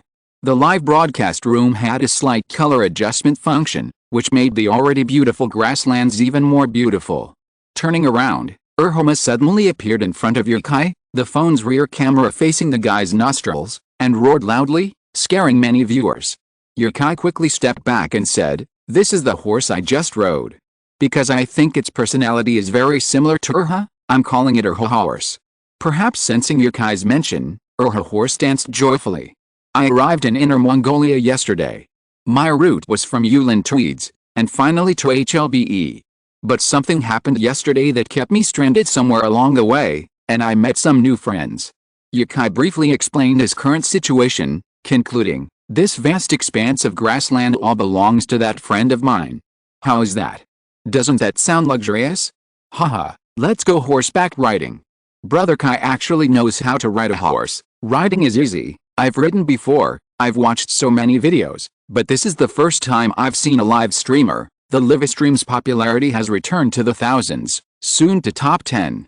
Perhaps because the live stream is during the day, the popularity has reached unprecedented levels. After mounting the horse, Yurkai thought for a moment. How should he film this? He wanted to film himself riding, not live streaming from horseback. He dismounted again, built a small platform out of dirt, and placed his phone on it. "I think people who ride horses are really cool. Now I'll ride for you to see." When Yurkai woke up that morning and saw others riding horses, he thought they were incredibly handsome. Perhaps it was because young people love to show off, and Yurkai wanted them to see what he looked like riding. With his phone fixed in place, the audience could only watch Yurkai gradually walk away. Finally, with a dashing pose, he mounted his horse and said, "Remember to record. I'll be back to watch later. Go." Perhaps aware that many people were watching, the horse stood up, neighed, and then dropped heavily to a gallop. If Yurkai hadn't been an expert rider, he might have been thrown off. But the effect was stunning. You've seen this kind of scene many times in movies and television, but with film, to those who know how to shoot it, everything looks fake, staged. Yurkai's was live streamed, and it made both the man and the horse look stunning. Watching Yurkai's figure gradually disappear at the end of the sight, the screen in the live broadcast room was filled with voices. "Handsome, hey, who's that? Don't you want your phone anymore? Wow, with this look, my brother Kai's the face of Bilibili's live broadcasts. Who wouldn't agree? Really handsome. It makes me want to learn horseback riding too." Yurkai wasn't sure how long it would take to get out of the live broadcast room site. He walked for 2 more minutes before turning his horse around and running back the way he came to get his phone. The morning frost hadn't dissipated yet, and when he held the phone, he could only feel a chill. When he looked at the screen, it was full of various gifts, with skyscrapers and small TVs alternating across the screen. Yurkai, who has 3 million real fans on Weibo, is no pushover when it comes to live broadcasts. He only broadcasts once after such a long time, and you can still beat many big names in the live broadcast industry in seconds. Chapter 209. No one knows horses better than me. Thank you all for the gifts. The more you support me, the more guilty I feel. So don't give me any gifts. Just watch the live broadcast. The Netherlands is beautiful, but Yurkai has never done a live broadcast, so seeing others support him so much is really embarrassing. It feels like he has let them down. But after Yurkai said this, the audience gave more gifts. In fact, with live broadcasts, a lot of gift giving is impulse buying. Impulse buying means that you feel happy when giving gifts, but when you go to bed at night, you will think, "Did I give too many gifts today?" In the end, you find that you have spent all the money for instant noodles on gifts, and you regret it so much. But Yurkai can't say this in the live broadcast. Since he is broadcasting on this platform, there are still some rules that must be followed. Yurkai is worried that if he said this, the live broadcast room will be gone. It was difficult to accept the money, so Yurkai said, "Thank you everyone. From now on, I'll donate all the money I earned from live streaming to charity, starting this month. I'll compile the statistics at the end of May and post the data transparently on my Weibo." This decision certainly made him feel much more relaxed. He grabbed his phone, hopped on his Hummer, and rode towards Brother Bader's house, chatting with netizens about the best places to travel this month. Go to Seoul National University to see the cherry blossoms, go to Hainan for the beach. Actually, if you just want to see the scenery, China has every landscape in the world, there's no need to go abroad. When Yukai travels, seeing the scenery takes a back seat to experiencing the culture. But if you say a country's culture is all about sex or something, then Yukai has nothing to say. Just see the scenery. Besides, a nation's survival on Earth can't be based solely on those things. So there's still something to discover. People always go to the red light district in the Netherlands, but Yukai didn't go there, yet he still discovered the beauty of the Netherlands. His previous loss of direction was purely accidental. If Yukai hadn't relied so heavily on the navigation system, he would never have driven into the desert. Fortunately, the navigation system finally pointed him to the correct location, and Yukai still found his way to the Qinghai-Tibet Highway. This time, he drove straight to Bader's house. The woman, about 30 years old, was working outside. Seeing Yukai return, she wiped her sweat and said, "How is the horse? Is it still obedient?" "It's a very sensible horse," Yukai said. During breakfast, they chatted briefly. The woman was indeed Bader's sister, her biological sister, and she also gave birth to the child, but she refused to reveal the father's identity. Bader was furious when he brought this up. It was complicated, so Yukai didn't get involved. He returned the horse to her and walked into the yard. Bader was bathing and brushing the horse. No wonder it was so well maintained. It was still clean when he saw it this morning, and now it was being bathed again. I guess people don't bathe as often as horses. Yukai, are you having fun? I love this feeling so much. I'll definitely ride more often when I get the chance. Ha ha ha. Seeing that he was in high spirits, Yukai asked, "Big brother, do you need some help? And, can you do a live stream? I told my netizens about some things about the grassland today, and they insisted on seeing what the houses on the grassland look like. Go ahead, shoot, no problem. I've done live streams before, but no one watched. But the houses are just like this. If you want to see a yurt, we can build one when we have time."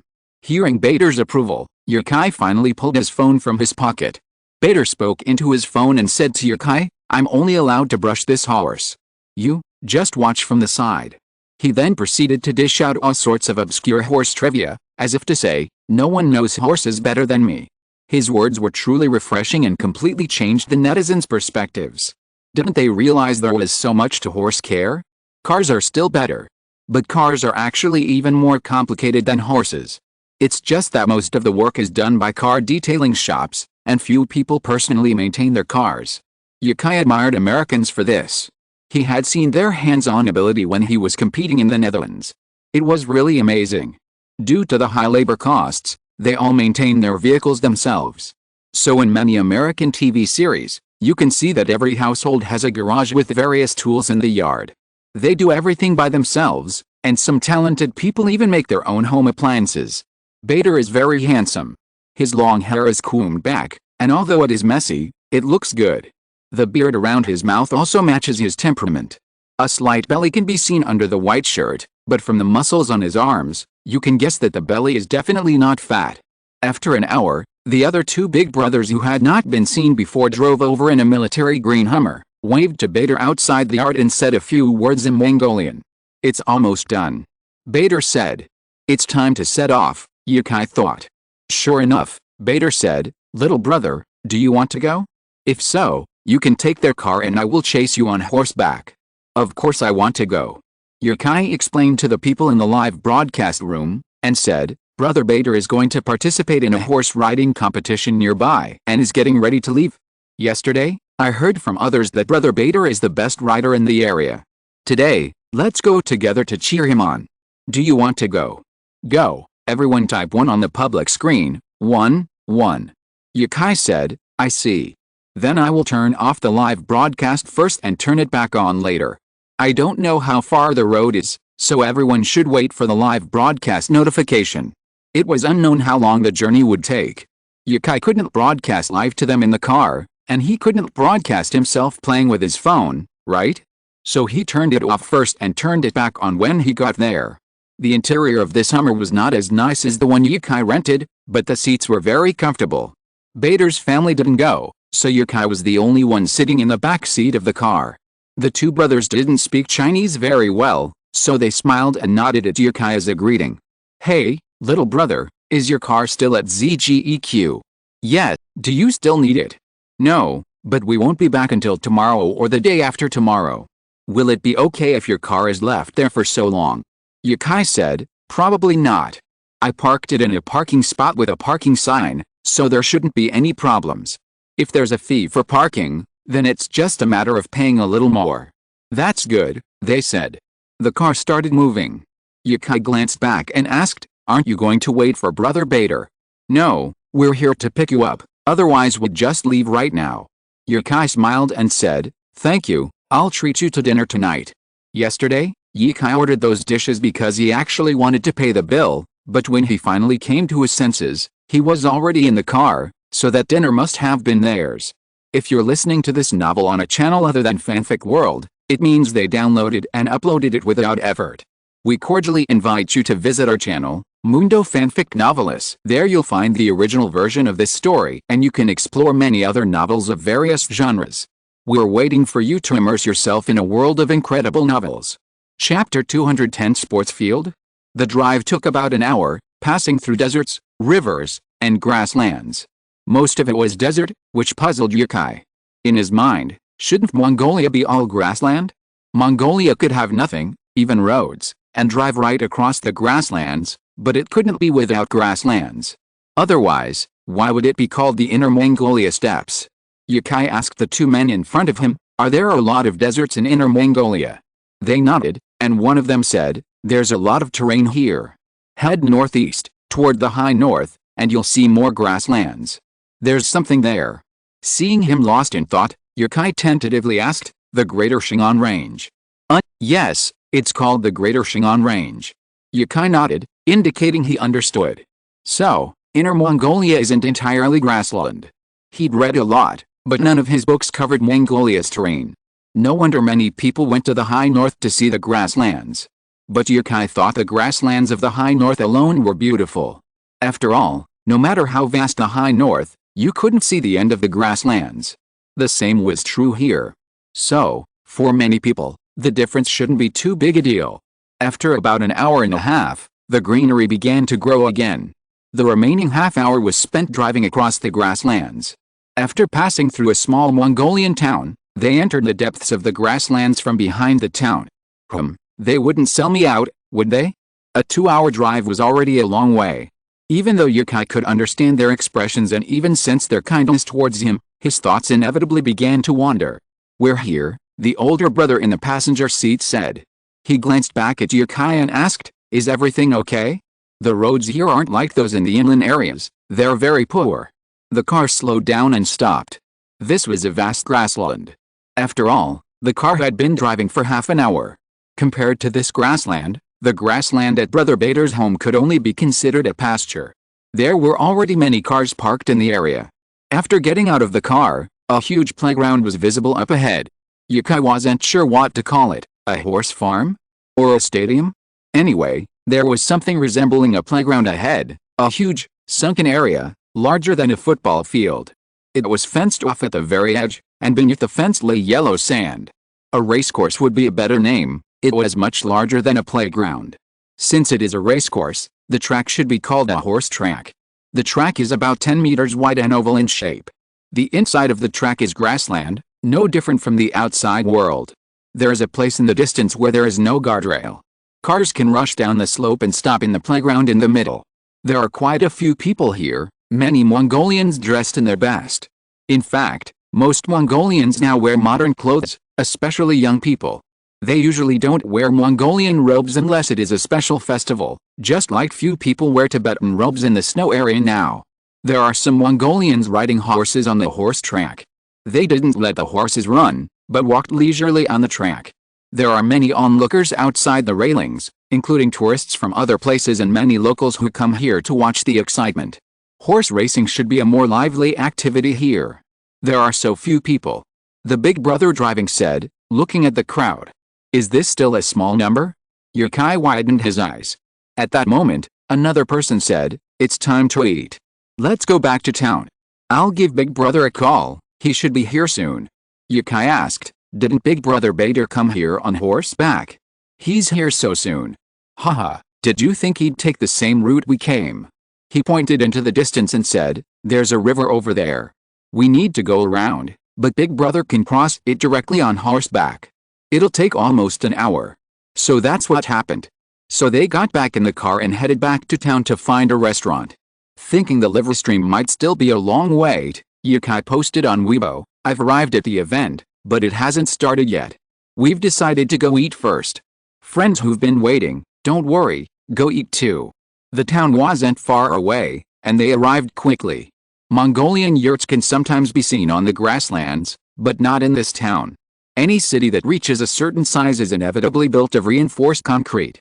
In the second decade of the 21st century, few places remained truly pristine. Perhaps because of the event, the town was crowded, and it took a long time to find a restaurant with a table. After all, it was dinner time, and Yukai and his companions were a little late. After notifying Brother Bader, they began ordering.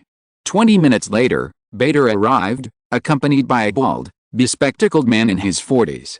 Bader had also changed into a blue Mongolian robe and a hat. The weather here was cold, but he wouldn't feel hot in such attire. The restaurant wasn't large, and upon seeing Bader enter, several people immediately greeted him and asked him to come sit over. Bader introduced a friend he had brought in.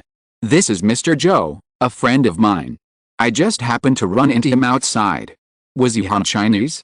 Yukai looked at Mr. Joe after hearing his name, and they nodded in agreement. They ate. Meat was a must, and the bowl was so large it was almost the size of a wash basin. After their meal, they finished with a cup of tea. Yukai didn't pay the bill again, and it was settled by Bader. After finishing his meal, Mr. Joe said goodbye to everyone, and the others were heading back to the competition venue.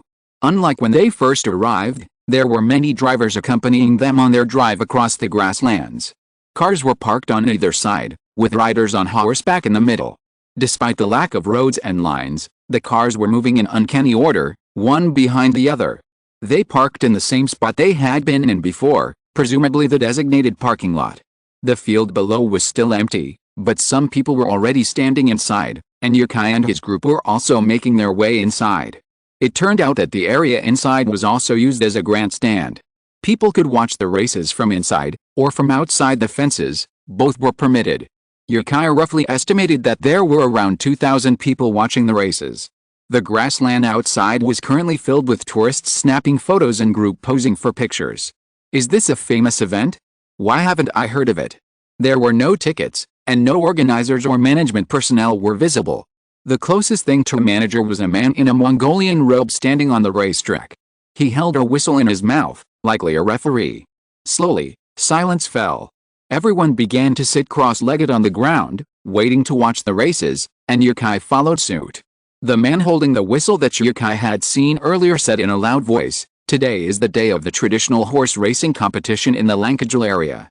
Only then did Yukai understand. It turned out to be a regional horse racing competition. Chapter 211 My husband kissed me. Although it was only a regional competition, the crowds gathered to tell it was quite influential. Strangely, Yukai had never heard of it before. There were no guests, no referees, only a host. When the man turned to Yukai, he realized it was an elderly Mongolian. Only then did Yukai realize what it meant to have eyes that pierced with brilliance. His gaze was like staring into the blade of a knife. Though he was old, to describe him as possessing a sharp edge was no exaggeration. Dozens of riders prepared at the starting line at the sound of his whistle. The riders crouched low, their horses silent and impassive, like a group of soldiers obeying orders. The whistles, which had been continuous, suddenly stopped. Not only did the riders themselves feel the tension, but even Yukai could sense it. The silence created by the old man's silence hushed the entire arena. Those standing in the center of the arena, along with those outside, holding onto the fences, were hushed in fear. The whistle blew. It was like a firecracker, long and simmering, suddenly exploded, the blast spurring the horses into a frenzy of activity. The whistle was undoubtedly more tense than the starting gun on the field. The crowd erupted in excitement. Cheers rang out from all directions, and those around Yukai also began shouting, some in Chinese, but more often in Mongolian, chanting "Come on!" or the names of the competitors. At first, Yukai felt like a small boat on a stormy sea. Eventually, Yikai melted into the atmosphere, loudly cheering for Bader, raising his right fist high, his left hand to his mouth, and shouting, "Come on, brother Bader." Suddenly, a realization struck him. He'd promised to live stream the event, and now it was already 2 or 3 minutes into the race. Was he a complete slacker? Never mind, start the live stream. Yikai was definitely not the only one around, recording with his phone. As quickly as he could, Yikai opened the Bilibili live streaming app and clicked on the start button, not even bothering to change the title of his stream. Seeing the live broadcast connected, Yikai shouted into his phone, "The competition has started. The noise around here is very loud. Can you hear me? 1, 1, why did the competition start? Did the Pigeon King have another attack? You found the blind spot." Of course, Yikai did not dare to respond to such a thing. He avoided the topic and talked about what he found strange about this competition. They only have one organizer, or only one referee. It's amazing. Such a large-scale competition must have a host, right?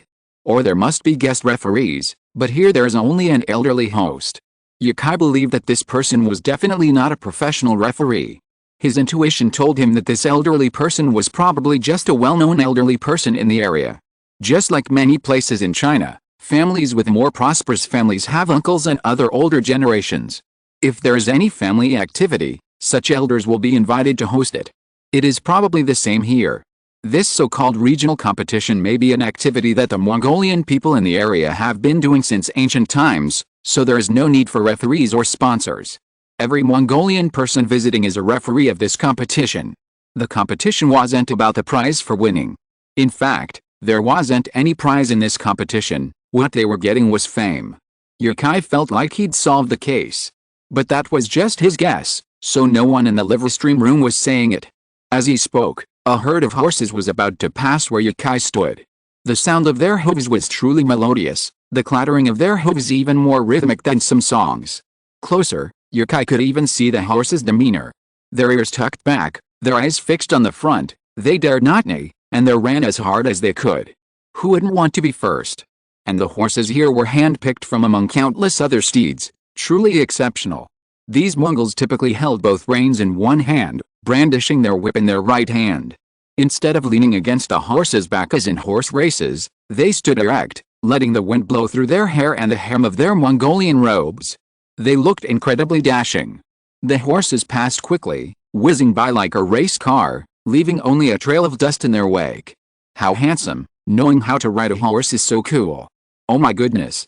Can the streamer ride? Newcomers, please go to Brother Kai's little fangirl for all of Brother Kai's live streams. Yikai really wanted to race them on horseback, but he knew that a few hours of familiarization wouldn't be enough to fully grasp all the knowledge he'd memorized about riding. So even if he took the field, he'd probably be defeated by these excellent riders. A man's desire for speed has always been lurking deep within him. If it weren't for this experience, Yikai might never have discovered his love for riding. Perhaps this desire is hidden deep within every Chinese man. People his age, when growing up, had no other entertainment options. They read martial arts novels over and over again, and the TV at that time was filled with classic martial arts dramas. Ask yourself, when you see videos of others galloping on horseback, don't you feel the urge to try it yourself? Yikai simply made that urge a reality. The grasslands provided the perfect stage for Yikai to realize it. There's probably no other place in the world with conditions like Mongolia, creating a terrain so ideal for horseback riding and nurturing a people so skilled in horseback riding. There were probably many new students in the live stream, so Yikai put his phone to his lips and said to them, "One of the top 3 in the competition right now is a friend I once knew. I call him Brother Bader." He looked away and saw the comments. "My husband kissed me, AWSL. The race was supposed to end with 1 lap, but that's too short. I wonder if there will be other activities. That would help me forget about my late start." Brother Bader raced off to the front. Yikai truly loved that horse, and he loved it in every way, its beauty, its endurance, its looks, its intelligence. But it was also Brother Bader's favorite horse, and he couldn't ride himself. And even if he did, he wouldn't have anywhere to keep it, his house was too small. Don't believe what I said above, Yikai could tell an animal's intelligence from its size. Generally, anyone with a modicum of intelligence would develop an inexplicable fondness for Yikai. However, Some stupid and unintelligent animals are not very interested in yokai. Chapter 212. There is also a reward. When Bader crossed the finish line, those around yokai exclaimed, "Great! Big brother, you're first again." Yokai asked, "Was Big brother Bader first last year?" "Of course," he said. "Otherwise, why did we tell you you were the best rider in this area? Only by defeating all your rivals here can you be considered great." So, this was the ranking the competition was all about. Amidst the crowd's cheers, Bader rode toward the elderly man hosting the race. At high speed, he leaned over from the right side, grasping the saddle with his left hand, his body forming a 90-degree angle with the horse. Yokai noticed a neatly folded white cattle lying on the ground in front of him. Bader seized the opportunity and snatched it from the ground. His superb riding skills drew another round of cheers from the crowd. Dismounting, Bader presented the cattle to the elderly Mongolian host. The elderly Mongolian's gaze softened, perhaps because he saw Bader as a highly skilled junior. After receiving everyone's cheers, Bader immediately walked over to Yokai and the other two. The other two, except Yokai, burst into laughter and rushed forward to hug him, speaking Mongolian, which Yokai couldn't understand. "Ha ha ha, congratulations, big brother, on getting first place again. I knew Aoyunda wouldn't be your match even if he practiced his whole life. We won another competition, let's have a drink tonight." Bader was also very happy. He said, "Of course, I'll go book a hotel right away, but there might be a lot of people, so it won't be just us drinking." Yokai held up his phone to record the event. Unexpectedly, Bader actually came over and hugged Yokai, saying in Chinese, "Brother Yokai, come drink with us tonight." "Okay," Yokai agreed without hesitation. To celebrate Bader's first place, they had to drink and eat together until they were drunk. Since they were all here together, how could Yokai do it alone? He just got drunk easily, but Yokai believed that he would overcome this shortcoming sooner or later. Bader put his hand on Yokai's shoulder and said, "There's a competition going on here soon. The level is pretty good. I think you should come and try it." "What competition?" "Horse racing, of course," Bader laughed. "I noticed this morning when we were riding horses, little brother, you're quite the hidden talent. If you want to race, go to the yurt over there." He pointed to a tent not far away.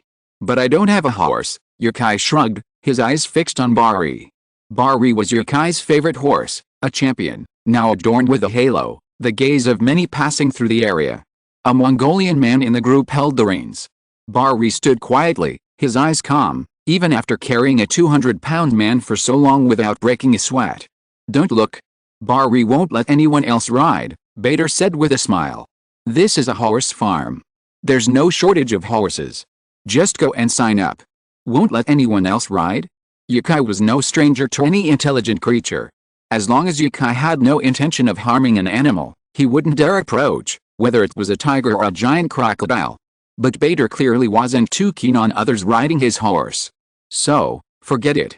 He picked up his phone and saw numerous comments urging Yokai to compete. Viewers loved exciting competitions, especially those featuring streamers. What's the point of just watching others race? Streamer, come on. Yokai hesitated, though he still wanted to compete. Winning was certainly exciting, but what about losing? Having spent so much time with Saoirse had inevitably influenced Yokai, and his desire to win was clearly stronger than before. Forget it, the important thing is to participate. So, Yokai headed towards the yurt Bader had mentioned, and, as a warning to the audience, he said, "I'm not a very skilled horseman, so don't expect anything from me. I'm just participating." The audience, knowing he was a mainland travel streamer, were quite tolerant of Yokai. Seeing him decide to compete, they all said, "As long as you're competing, the place doesn't matter." They began to comfort Yokai. A horseback riding competition with a Mongolian. The audience could already foresee Yokai's fate. First place was a possibility, but he'd be last. Inside the yurt sat a table with some fruit. Several Mongolians in their robes were seated. A tourist had just finished registering and walked out the back to choose a horse. Yokai also went to register and asked, "Are there many people signing up?" "Quite a lot," one person said. "We have quite a few tourists this year, and many said they can ride, so we've accepted them all. The race starts at 4 o'clock, and there will probably be over 100 riders." "So many?" Yokai exclaimed in surprise. The track couldn't accommodate more than 100 horses, the previous race was already at its limit, but it still seemed a bit crowded. Yes, we'll split into 2 teams, and the time will be calculated at the end. Yukai filled out the form and walked out the back to choose his horse. Fortunately, many of the over 100 people were Mongolians, and some brought their own horses, otherwise, the stable wouldn't have been able to accommodate so many. Walking out the back, one could see a stable. There were already many people here, including many working there, offering their advice to those who needed to rent a horse and explaining the cost. Yes, renting a horse for a race isn't free. Although they hadn't mentioned it when registering, Yukai felt it was reasonable to pay for renting someone else's horse for the race. They didn't charge extra money for the race, it was only 50 yuan. Do you want me to help you choose? A Mongolian girl asked. Thank you, no, I'll find it myself. While horseback riding might not be top-notch, modern people might not be as good at choosing the best horse as the ancient Chinese. To ancient people, a horse was like a vehicle. Those who didn't understand cars might only judge the exterior. Those who knew about cars could tell the difference between the model, price, and engine at a glance. A plain-looking car might actually have a top-notch engine. Yukai was one of those people who understood cars. There weren't many horses left, so Yukai found a white horse, but it had many spots on its body, like a Dalmatian. It looked a bit cute, not majestic. But Yukai thought he could do it. He's the one, Yukai said. The Mongolian girl who had wanted to help Yukai choose a horse came out, leading the horse to Yukai. The horse, upon seeing Yukai, happily clung to him. He likes you very much, the girl said with a smile. She took the saddle from a nearby post and said, "Can I help you put it on? I'll do it myself. Get closer to him, and maybe he'll help me win the championship." The live stream was filled with complaints about Yukai's shamelessness. Some also said he was too unkind to the young woman, and that he had repeatedly refused her help. Noticing these comments, Yukai jokingly said, "Boys must protect themselves when they go out, or they might get eaten. I have a girlfriend." Many people had seen Saoirse during the live stream in Ireland, but Yukai didn't mention it at the time. Netizens speculated, but nothing was certain. Later, Guan Zuixi revealed a secret to Yukai in a video. So, Yukai admitted it. There was nothing to hide, but he just didn't know how to say it. Show, HMPH. Just for fun, to one side of the stables was a fenced-off meadow. He'd seen many people riding here before. It turned out they were all knights about to compete. Yukai stepped into the stirrup and scrambled onto his horse. Before the race, he still needed to practice his coordination.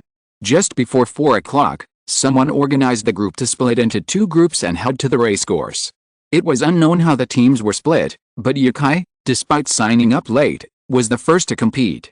On the way, he saw Brother Bader standing by to cheer him on. Leading his horse over, Yukai said, "Brother Bader, you said you'd been live streaming." "Yeah, but no one's watching." "That's fine. Do me a favor and stream it. I'm having trouble running." "No problem, I'll take care of it." He took the phone, checked the comments, and exclaimed in surprise, "So many people. Tens of thousands. I can't compare to those big streamers in terms of popularity, haha. I can't compare to those big streamers in terms of popularity, haha," Yukai said modestly, leading his horse back to the racecourse where the race would begin. The crowd was slightly smaller than usual. For the Mongols, the most important match of the day was the one at 2 o'clock, while the winner of this one was of little consequence to them. There wouldn't be any top riders participating in such an event. So, some people left after watching the previous matches. Those who lived far away might not even get home in 2 or 3 hours, so they had to leave early. Yukai didn't pay attention to the subsequent proceedings. Holding the reins with his left hand, stroking the horse's mane with his right, the white horse stamped its front hooves in place, calming Yukai's nerves. Ready. Everyone prepared. Yukai focused his attention, immediately raising the reins at the whistle. But before Yukai could even give the command to run, the white horse had already taken off. Beautiful. With his left hand across his chest, Yukai controlled his mount's direction, weaving through pairs of riders. This race was more formal than the mornings, and Yukai took it very seriously. But in a horse race, no matter how skilled Yukai was, he couldn't compare to the riders on fine horses. The Mongolians, who brought their own horses, were skilled and fast. They were already in the lead. Halfway through the race, Yukai had surpassed all the tourists, even many of the Mongolians. But there were still 4 Mongolian riders ahead of him that Yukai couldn't catch. Yukai had registered too late, leaving him with few horses to choose from. This spotted white horse was already the best. The ranking seemed set. If nothing unexpected happened, Yukai would place 5th, surpassing all the tourists and some of the Mongolian riders. None of these riders were top-notch riders. If they were a little better, they would have competed in the previous race. Near the end, the white horse, with an uncanny burst of strength, suddenly sprinted forward, surpassing the 4th and 3rd place finishers, taking the temporary 3rd place. After crossing the finish line, the spotted white horse still ran a long way before regaining its balance. Yukai dismounted and looked at the exhausted, panting white horse, a wave of sadness welling up in his heart. When a horse is tired, its heavy panting is much more pronounced than a human's. Puffs of white air emanate from its nostrils, and sweat drenches its fur. Yukai stroked his neck and said, "Good brother, I'll buy you the best fodder later, and ask your boss to mate you with the most beautiful mare."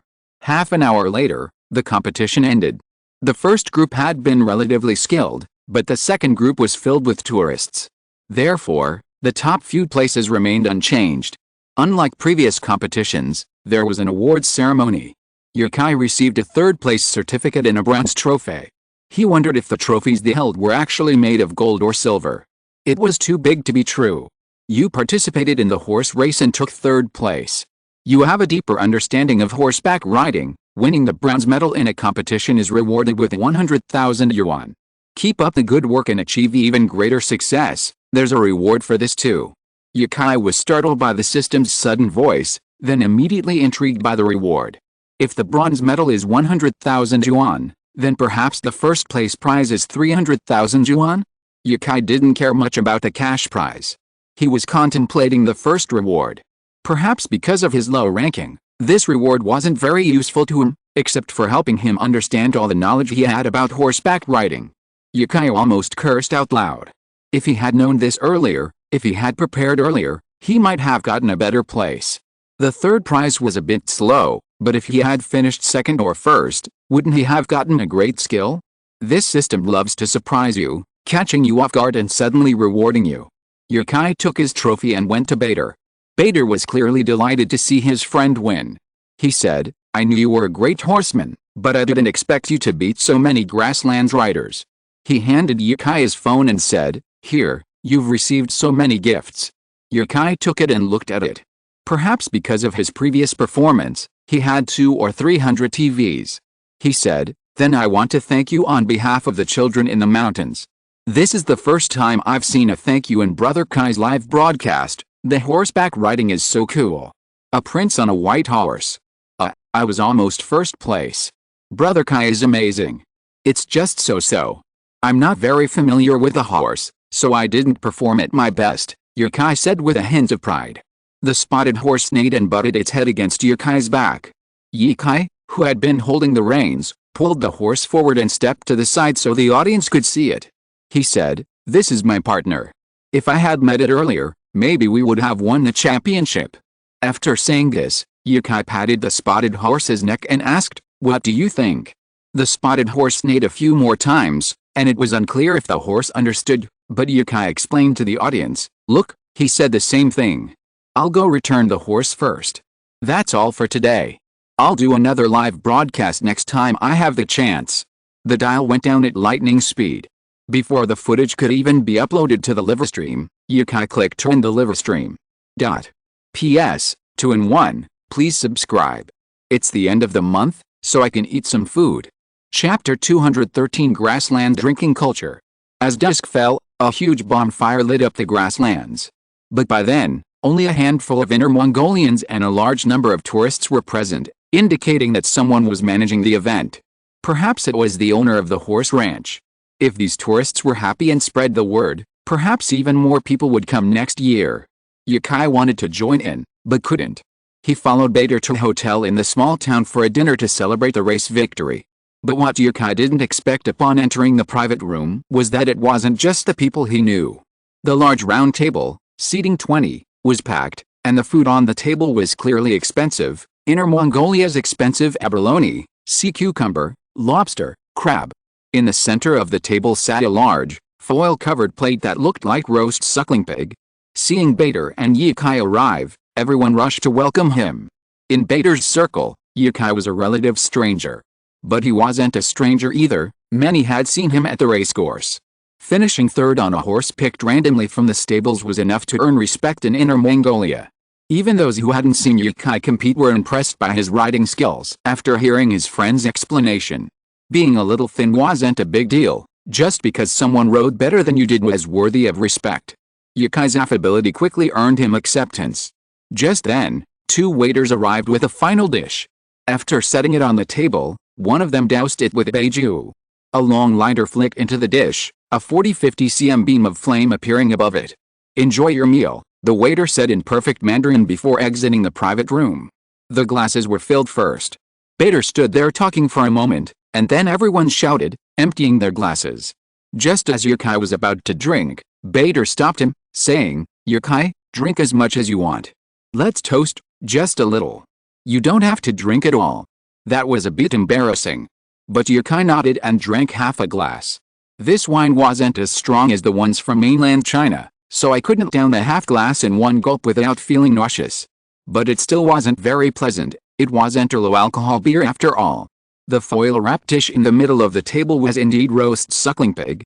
It felt a bit cruel to eat it like that. But it tasted really good. It was fragrant. Yukai had no taboos about what he ate.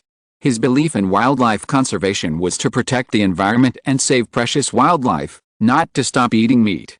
Even the group of teammates Yukai met in Africa had meat at almost every meal. With Yukai around, they sometimes chatted in Chinese, asking about things in mainland China or his work, or how many years he'd been writing. Yukai casually made up a story, about 10 years. If Yukai had truly insisted that he'd only just started writing, maybe less than a year, the atmosphere at the table wouldn't have been as lively as it was. Sometimes, a white lie can actually bring people closer. After 3 rounds of drinks and 5 dishes, a band with instruments entered the room. It was Yukai's first time here. Bader explained to him, "When you spend a certain amount of money here, the boss will invite a band to perform." Someone smiled and said to the band, "We all live nearby.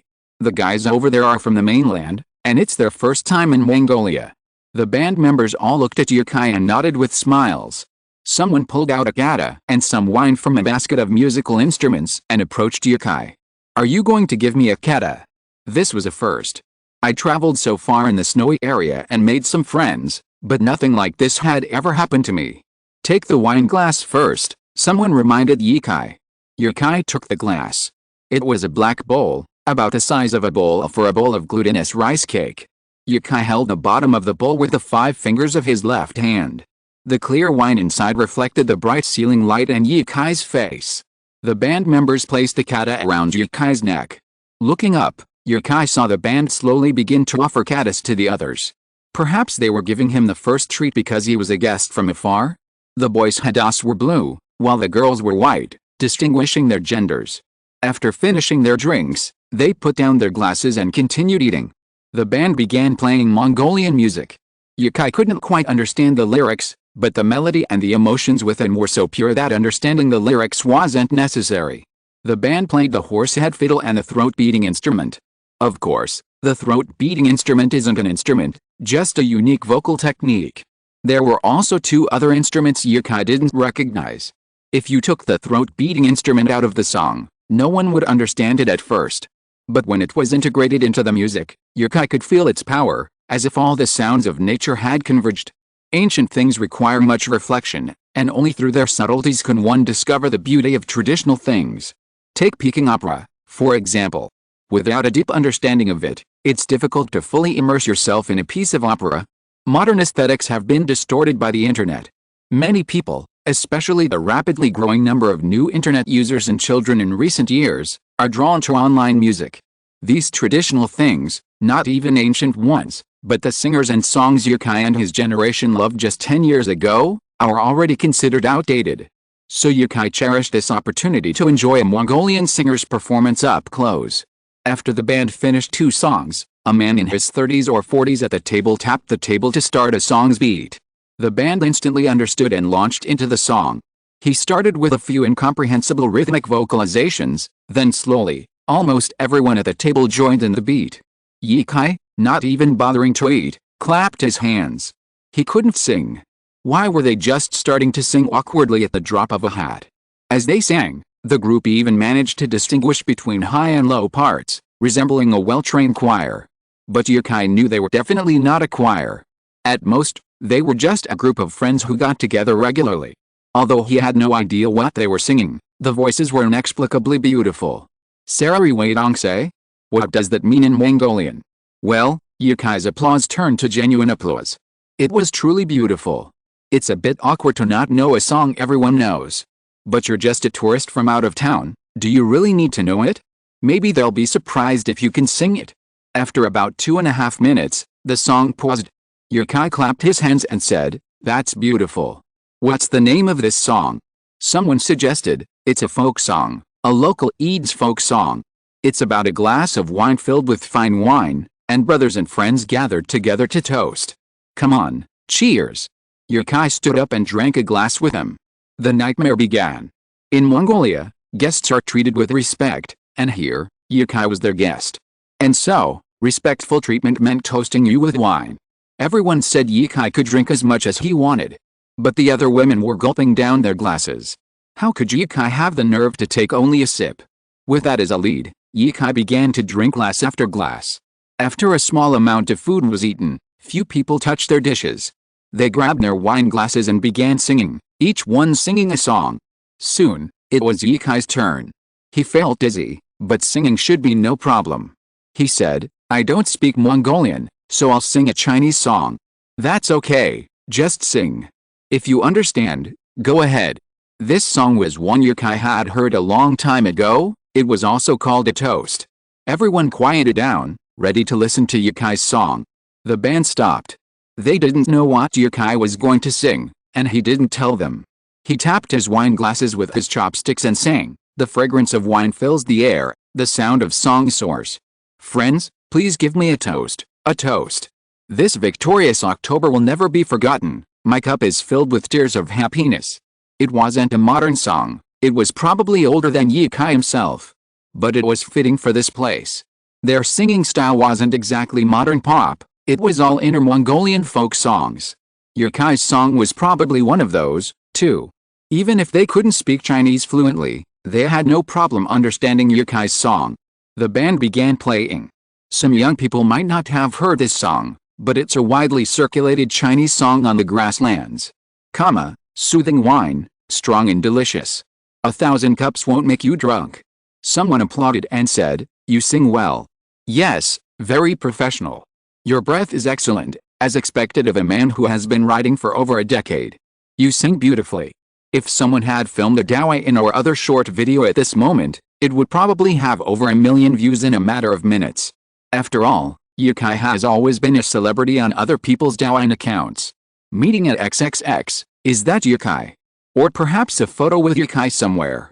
With so many mainland tourists during the previous competition, a third-person video of Yukai riding his horse might have appeared on short video platforms, but it's not certain. But they didn't record it. Yukai sang this song for quite a while, and he was very serious. Everyone could see that Yukai was drunk. His body was a little unsteady, but his breath was not the slightest bit off. By the time Yukai finished singing, even the band was curious and asked, "Brother, what do you do for a living? You sing so beautifully, aren't you a singer? Just because you sing well makes you a singer?" "No, I'm not. I have a Weibo account, and it says I'm a traveler, writer, singer, but I'm really not a singer." Bader said, forget it. This guy's drunk. Let's move on and let him sleep." In Mongolia, drinking isn't usually forced. When Yukai met Bader, he'd told him that Mongolians don't force guests to drink. As long as they've had the first drink, they can do whatever they want after that. Compared to business dinners, here, the atmosphere is truly about drinking to your heart's content. But Mongolians love toasts. If there are guests, they're expected to offer them at least one glass, right? So, with over 10 people here, if each offered Yukai one, how much would that be? Although the glasses were small, and Yukai didn't finish every glass, he still quickly passed out. Yukai was quite interesting when drunk. He didn't fall asleep quickly, but instead remained alert for a while. He wasn't drunken, and it was pretty much like his normal self. It was just that the next day, he had no memory of that time. For example, the part about singing. Yukai couldn't quite remember it. Late at night, Yukai felt thirsty. He lazily sat up in bed, grabbed the pot of tea someone had poured beside him, and guzzled it down. After gulping it down, Yukai pursed his lips and surveyed his surroundings. I'm drunk again. This was the hotel room, filled with the smell of disinfectant. The air conditioner above the TV was whirring warm air, keeping the temperature around 20 degrees. Yukai picked up the remote, beeping and turning the temperature down again, then pulled himself under the covers and went back to sleep. He didn't notice that the latest reward in the upper right corner of his vision had changed from a horse racing reward to another, and it was slowly fading. It was what he wanted most. His drinking capacity had increased. Around 10 o'clock the next day, someone knocked on the door, waking Yukai. Brother Bader had left that morning for something else, and the man in front of him was taking Yukai back to ZGEQ. With all of Yukai's belongings in the car, he naturally wanted to get back home early. After calling Brother Bader to talk, he and the man got in the car. The road was bumpy again. Grasslands, deserts, hikers along the Qinghai-Tibet Highway. Cycling the XZ has dwindled in the past 2 years, but hiking has increased. Some dragged small bikes, while others carried only a backpack, live streaming with selfie sticks. Along the way, Yukai saw someone unable to walk any further, sitting by the roadside, hugging a tree and weeping. Tisk, if you don't want to go any further, just take the bus home. If you want to keep going, swallow your tears and keep going. The more desolate a place, the less effective your tears. The driver drove quickly, bringing Yukai to ZGEQ in just over an hour. His car, parked 2 days earlier, was still there, untouched and untied. It wasn't a paid parking lot, so Yukai didn't have to pay for parking. Seeing Yukai get in the car, the driver said, "You're welcome to visit Eads next time, my friend." Of course. Yukai bowed and watched him drive off before returning to his car. The Wrangler has a beautiful interior. After 2 days, Yukai finally returned to his home in Inner Mongolia. Feeling incredibly calm and comfortable, he lowered the window slightly and continued to sleep in the back seat. He couldn't say he'd woken up early, but he was still a little sleepy. He'd sleep a bit and then decide whether to go to HLBE. Actually, Yukai's vision of the HLBE steps had been largely distracted by Eads. Inner Mongolia isn't just about HLBE, it also boasts numerous cities and tribes with unique traditions. Each place holds its own unique story, and these stories are no less monotonous than those of the HLBE steppes. In fact, they echo those of the HLBE steppes, composing the beautiful legend of Inner Mongolia's millennia-long nomadic past. Chapter 214 HLBE. When he woke up, the sky was already filled with an orange-red color. The sun was about to set, and the temperature in ZGEQ began to drop. Yukai was urged to wake up by the change in temperature, otherwise he could have continued to sleep. For some reason, he always felt a little tired. When he got into the car, he was carrying a bag with his trophies from the racecourse, a bronze trophy and a certificate. It proved that Yukai won 3rd place in the horse race in Inner Mongolia. Outsiders might think at first glance, "Wow, amazing, he actually came in 3rd in the horse race in Inner Mongolia." In fact, they definitely don't know that the best players competed alone. Yukai's 3rd place, if we use modern terms, should be called 3rd place in the non-professional group. Never mind all that, the appearance is the most important.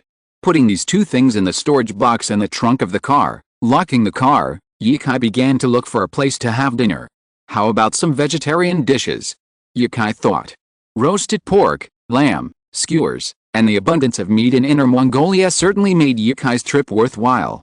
But he couldn't afford to indulge in all kinds of fish and meat every meal. He needed some simple ingredients to soothe his stomach. For good health, balanced nutrition was essential. He found a Sichuan restaurant on the street and ordered 2 vegetable dishes and a soup.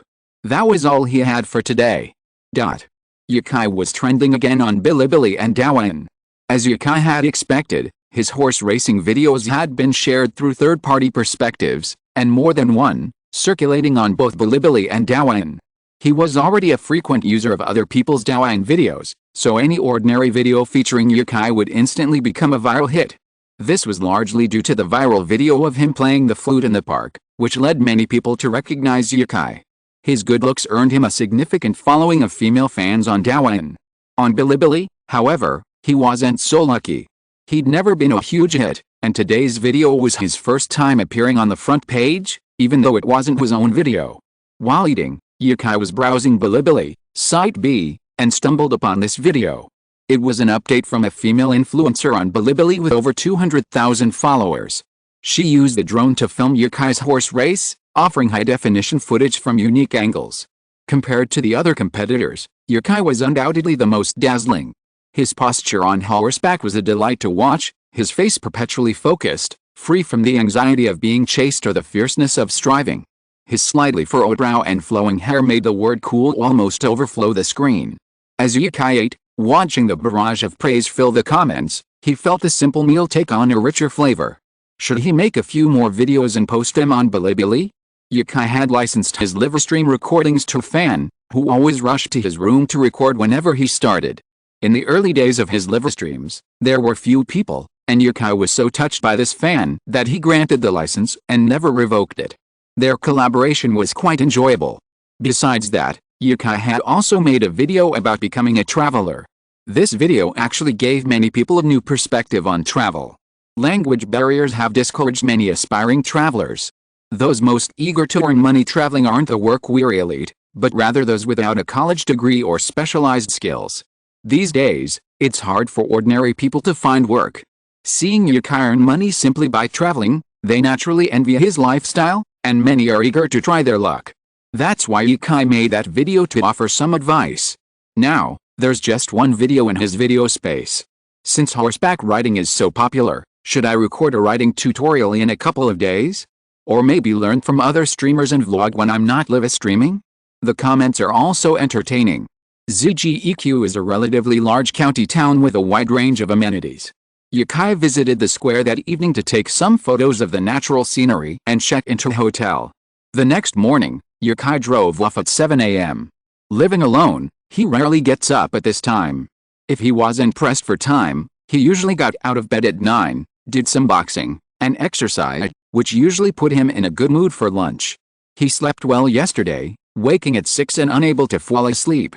He decided to drive to HLBE early. It was only a 5-hour drive from here. Leaving at 7, they'd reach the HLBE grasslands before 1, just in time for lunch. He still saw many hikers along the way. The weather was fine. If people were still hiking in the snow in June or July, they'd probably be wrung out of their clothes every night. With global warming, the sun isn't as mild as it was a decade ago. Heading west, Yukai left the Qinghai-Tibet highway about a third of the way there and drove 2 hours on a different route until he finally reached his destination, HLBE. He ate in the city and set up his navigation. The route indicated another 2 hours of travel. Finally, at 4 in the afternoon, Yukai arrived at China's most famous grassland. Near the scenic area, there were various souvenir vendors and herders with horses for tourists. The horses looked somewhat malnourished, not tall enough and quite thin. We continued driving deeper into the grassland. Is this the true color of the grassland? Without leaving the car, I could see a vast expanse of blue sky from the window. To either side, green grassland stretched out, the color as green as if it were captured with a filter on a phone. The grassland ahead seemed endless, but to the left, there were actually many mountains in the distance. The HLBE grassland, white clouds drifting in my heart. Yukai was in a good mood at the moment, humming a song as he drove along the grassland road. Occasionally, he would see some tourists setting up tents on the grassland. It seemed their thoughts were the same as Yukai's. There seemed to be fewer cattle on this grassland, but more sheep. The horses rented to tourists were generally thin. Up ahead, a girl in a long, pale yellow gauze dress and a matching sunhood was riding a horse, taking photos. The photographer was a friend of hers, holding an entry-level DSLR. She must have wanted to take a slightly exposed photo in the sunlight, but the angle was wrong. No matter how you adjusted it, the photo would be ruined. It would definitely come out completely black. And it was the kind that couldn't be reversed. Ever since he spotted them, Yukai had been glancing at the young woman holding the SLR camera. It wasn't because they were so beautiful that they attracted Yukai, but rather because he couldn't bear to see the photo ruined so easily. So, just as he was about to get away from them, he turned left and drove onto the grassland. Chapter 215 Old Mage. Closing the car door, Yukai held up his camera and said, "Hello, I'm a photographer. Can I meet you?" The girl holding the SLR turned to look at Yukai with a wary look and asked, "Sorry, we're having a hard time." A girl nearby stepped down from her stirrup and said, "Hello, what can I do for you?" Yukai smiled and said, "Well, I just saw you guys taking pictures in the car. You're so charming. I'm a photographer myself. Can I take a few pictures of you?" When faced with beautiful scenery, a photographer won't hesitate to climb a mountain just to get a photo they like. Yukai's actions at this moment were similar to this situation. The most beautiful thing about the evening sky is the sunset. The setting sun reflected on the white clouds and the girl's pale yellow dress, creating a contrasting color that matched the clouds in the sky. Below the sky stretched a boundless grassland. What a stunning view. His handsome appearance somewhat boosted Yukai's points, preventing him from being rejected outright. The girl who had spoken to Yukai first still looked at him with a wary look. The girl in the long skirt was much more talkative, laughing and saying, "Okay." The two were from Hangzhou, and Yukai had just returned from there. Naturally, when they chatted about the city, he showered them with praise, expressing his feelings about it. After establishing a close relationship, the other girl became less repulsive towards Yukai. After all they had chatted, Yukai hadn't even asked for their WeChat accounts. They weren't the type to flirt simply because they were pretty. If Yukai knew that was her intention, he'd have wanted to compliment her. If she hadn't been with her friends, no one would have approached her, right? They just wanted to meet your friends and, incidentally, get to know you. Time was short, and perhaps those few minutes of scenery were the most beautiful, so Yukai let the girl mount a horse and take photos first. Perhaps because he wasn't as familiar with her, her expression wasn't as fresh and natural as when Yukai had seen her in the car. It was as if there was a barrier between the camera and her. Yukai, stumped for a moment, asked, "I visited Westlake in Hangzhou last time. Do you have any recommendations for other places?" The girl brushed her long hair from her eyes and said, "In 2 months, you can go see the Kayentang River tide, but be careful not to stand on the shore." He seized the perfect moment and snapped 2 photos. The girl's beauty attracted the attention of many young men and photographers. Those who tried to strike up a conversation retreated silently upon seeing Yukai's appearance, but the photographers continued to watch from a distance. After taking one photo, Yukai was about to change to a different angle and style when an old man, who had been standing behind Yukai for over 10 minutes, sighed, shook his head, and said, "Alice, young man, your technique is terrible. You ruined a perfectly good photo." "Huh? Did I hear correctly?" Yukai first looked around, then asked in confusion, "Are you talking about me?" "Yes." The uncle was about 60 years old, in good health, full of energy, wearing a straw hat, walked up to Yukai and said, "Young man, you can't take pictures like this." With his mouth half open, Yukai blinked in shock, and asked confusedly, How should I take pictures?" The uncle with a straw hat first glanced at the camera in Yukai's hand, and said, "First of all, your camera is not good. This is too small. It won't work." Yukai nodded and said, "It is relatively small, but it is more convenient to use when going out. No, the photos taken are not smooth enough. Look at this of mine." He had a Canon 5D hanging on his chest, and the lens seemed to be a big white one, which was relatively long. Holding up his SLR, he said, "This one's good enough for me. It's a Canon 5D with a long lens. It takes beautiful photos, and the colors are just amazing." Seeing Yukai's expression, the old man said, "Don't be so unconvinced, young man. I've been taking photos for decades and know more than you do. And your lens, it must be a 24,702.8. He lifted the camera, and Yukai could tell it was a 70,200. This left Yukai stunned. He hadn't expected someone to misidentify a lens. The thought reassured him. His photography skills were flawless. He'd been terrified, thinking there was something wrong, something so serious. Yukai looked at the girl with a helpless look. She was covering her mouth and chuckling. "Young man, let me see your photos," the uncle said. Confused about how to get out of this situation, Yukai immediately searched for his previous photos, thinking, "Now I'll finally see how good my photos are." Hearing his uncle's advice, which was full of errors, Yukai didn't want to argue, but walking away wouldn't be a good idea either. So, he had to seize this opportunity. Who knew that after seeing Yukai's photos, he thought for a moment and then said, "Your ISO is too low. You have to go up to 3000 or higher to get that grainy, textured look. So noise is grain. If I'm still working on the photos, uncle, please don't give me your photos for editing. I can't do it. A group of photographers in the distance were secretly laughing. There's a legendary book in the photography community called 2019 Travel Photography. Yukai's original author was Indeed, and during the Lunar New Year holiday, his work became a minor global sensation. So, Yukai is now a somewhat well-known figure in Chinese photography circles. Someone recognized Yukai, and after tipping off one another, many photographers recognized him. This place was just a short distance into the grasslands, so there were a lot of tourists, wedding photographers, road trippers, and photographers out on their own looking for the best views. There were tons of photographers. Those who recognized Yukai gathered around to watch the excitement, and gradually, Yukai's fans also recognized him. Time to go, Yukai thought. Seeing so many people surrounding her father, the uncle's daughter asked a man who was laughing heartily, "What are you looking at here?" "We're laughing at Yukai." "Who's Yukai?" The woman clearly didn't know him. "Yukai, a professional photographer, right? His photos are beautiful. He's published a book. Wasn't there a video during Chinese New Year advocating for wildlife protection? He also took the photos in Jejo's commercial." Oh, she understood. So what was her father doing? Asking for photography advice? The uncle then said to Yukai, "That's how your photos are taken. They're extra smooth and watery. Look at this one, there's nothing." The bespectacled girl gasped for a breath of fresh grassland air. She wasn't laughing at Yukai, she was laughing at her dad.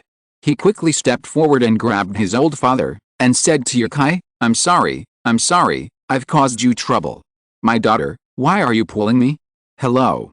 Yukai breathed a sigh of relief. He also wanted the girls' WeChat.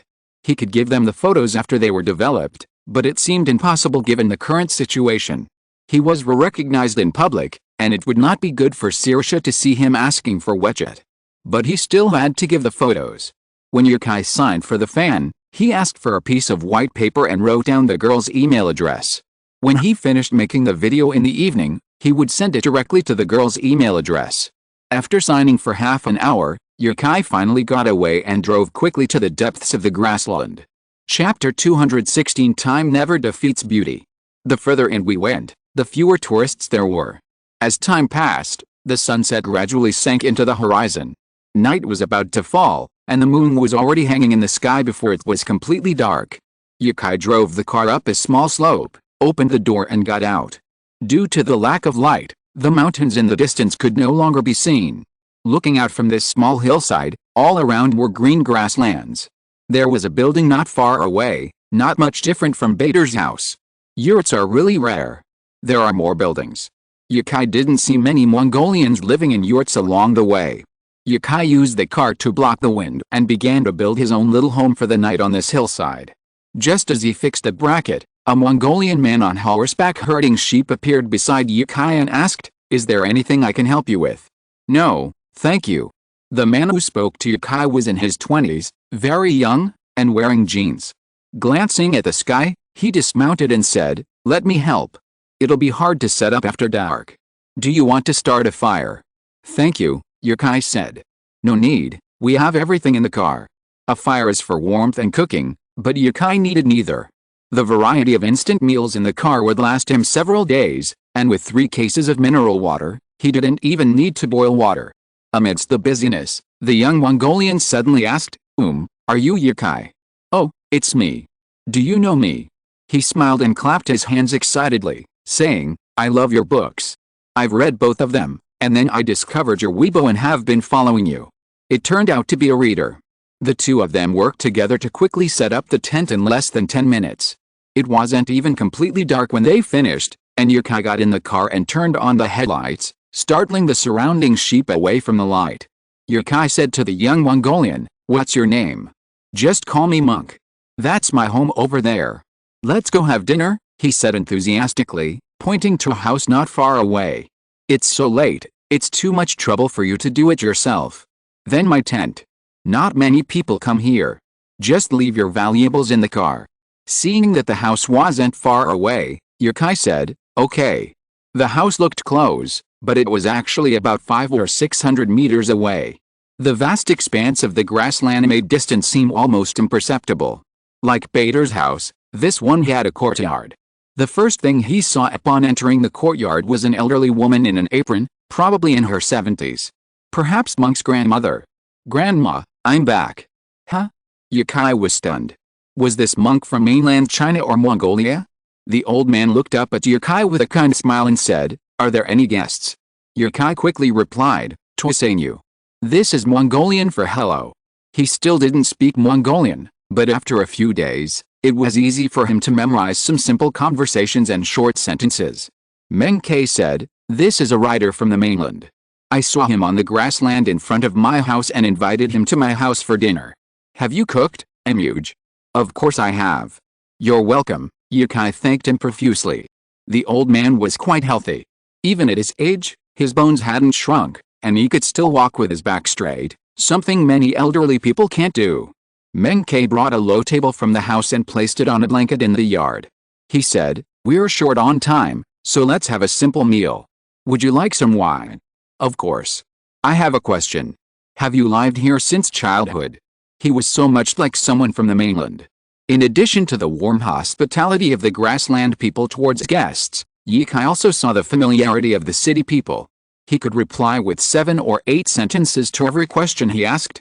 Mongolians are warm and welcoming, but Yukai had never encountered such talkativeness. "Me? No, my parents both work in Xi'an, and I grew up there. My grandfather passed away, and I didn't get into university, so I came back to take care of my grandmother." No wonder. Though it was supposed to be a simple, casual meal, the food on the table was still plentiful, with meat and vegetables. Monk even enthusiastically recommended his homemade milk wine. It was quite good, fragrant, and had a hint of milk. Watching his grandmother still cooking in the kitchen, Monk, who hadn't eaten yet, said to Yukai, "How about I sing a song for you? You eat first, and I'll sing." No.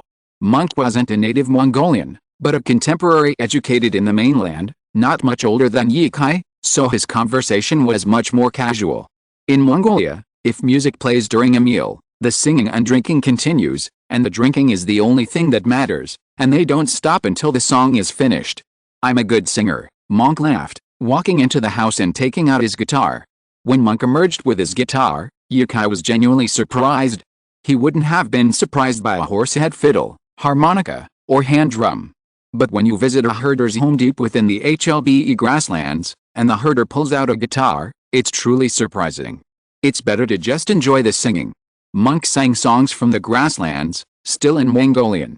It was the first time Yukai had heard Mongolian folk songs accompanied by guitar, but it sounded truly special. Monk's acoustic guitar truly brought the essence of the prairie to life. Yukai sat cross-legged on a blanket. On the table was the family's homemade milk wine, which he would occasionally sip from. Listening to the Soren Prairie songs, a sense of peace settled over him. Free from the chaos of the city, Monk could find joy here. That was actually quite good. Yukai loved traveling, enjoying seeing others enjoy such a leisurely and happy life. But if he were asked to live in such a remote place, could he share Monk's joy? Yukai wasn't sure. Some people who have lived in the city their entire lives say without hesitation, "I can do it." But they don't know what they're facing when they come to such a place. An occasional trip to the grasslands or snowy regions, to see the vast scenery, is a spiritual cleansing, allowing you to let go of those heavy, suffocating things and return to city life. Living in such a place, while the scenery is unique, is also giving up everything. If you can't give up everything, then just bear the pressures of life in the city. Reality is not utopia, and no one is exempt. After singing a song, Monk said excitedly, "Did you hear that?" "What?" Yukai asked. "Hume, did you hear that?" Yukai smiled at him and said, "Of course I did. Did you practice it here, or did you already know it?" "My grandma taught me. I've been interested in it for a long time, but it took me over a year to learn it after I came here. What do you think? You're the first tourist to hear me sing. It's beautiful. I heard people doing it at Eid's before. I always feel the Mongolian people's understanding of nature in your hume. It's magical." Monk's eyes narrowed with a smile and he said, "Thank you. My grandma taught me that song just now. The lyrics are about missing my home on the grasslands. Your grandma is amazing. You must have learned the hume from her, right?" "Yes, my grandma taught me a lot. She's amazing. My grandma is here too. How about I have her come over and dance for you?" Yukai quickly stood up and waved his hands, saying, "No, no, no, that's not necessary. Someone in their 40s is dancing for you? Even high-ranking officials wouldn't dare do that when they come to visit a place like this. Who are you, Yukai? It's okay. I'll have my grandma come over. He stood up and prepared to leave. Yukai still tried to dissuade him from the idea. Menkei turned to Yukai and said, "My grandma really wants to perform another song or dance. She used to be a member of the Ulanmuki, and she always misses those days." Ulanmuki. Oh, you didn't know about it. He excitedly told Yukai about the Ulanmuki, a grassland performance troupe founded in the 1950s. The NMG is vast, the population is scattered, and transportation is difficult. In many pastoral areas, it takes hundreds of miles to find only one or two yurts. To enrich the cultural life of the herders, it was necessary to establish a performance troupe with lightweight equipment, a strong organization, and versatile personnel that could be easily transported. Thus, the initial concept of establishing the Ulanmuki began to take shape. After its establishment, the Ulanmuki performed wherever there were herders, whether in settlements or grazing areas.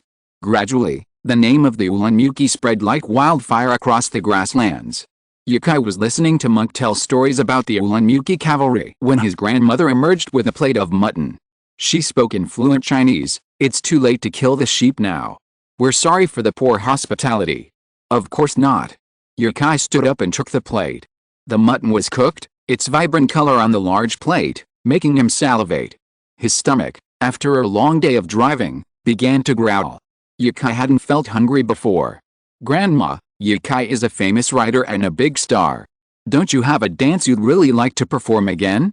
Is it possible now?" The grandmother, seemingly unimpressed by the conversation about her grandson, began to sway restlessly on the blanket. "Well, I'm a little. It's okay. Don't be nervous." He could see the grandmother was a little moved, but perhaps Monk's description of Yukai as a star had made her nervous. Yukai could only offer an encouraging smile. "Well, then I'll go change into some clothes, get rid of the dirty ones." After the old lady left, Yukai sighed. He was a little worried about whether her body could still dance. What if something happened? He couldn't even think about it.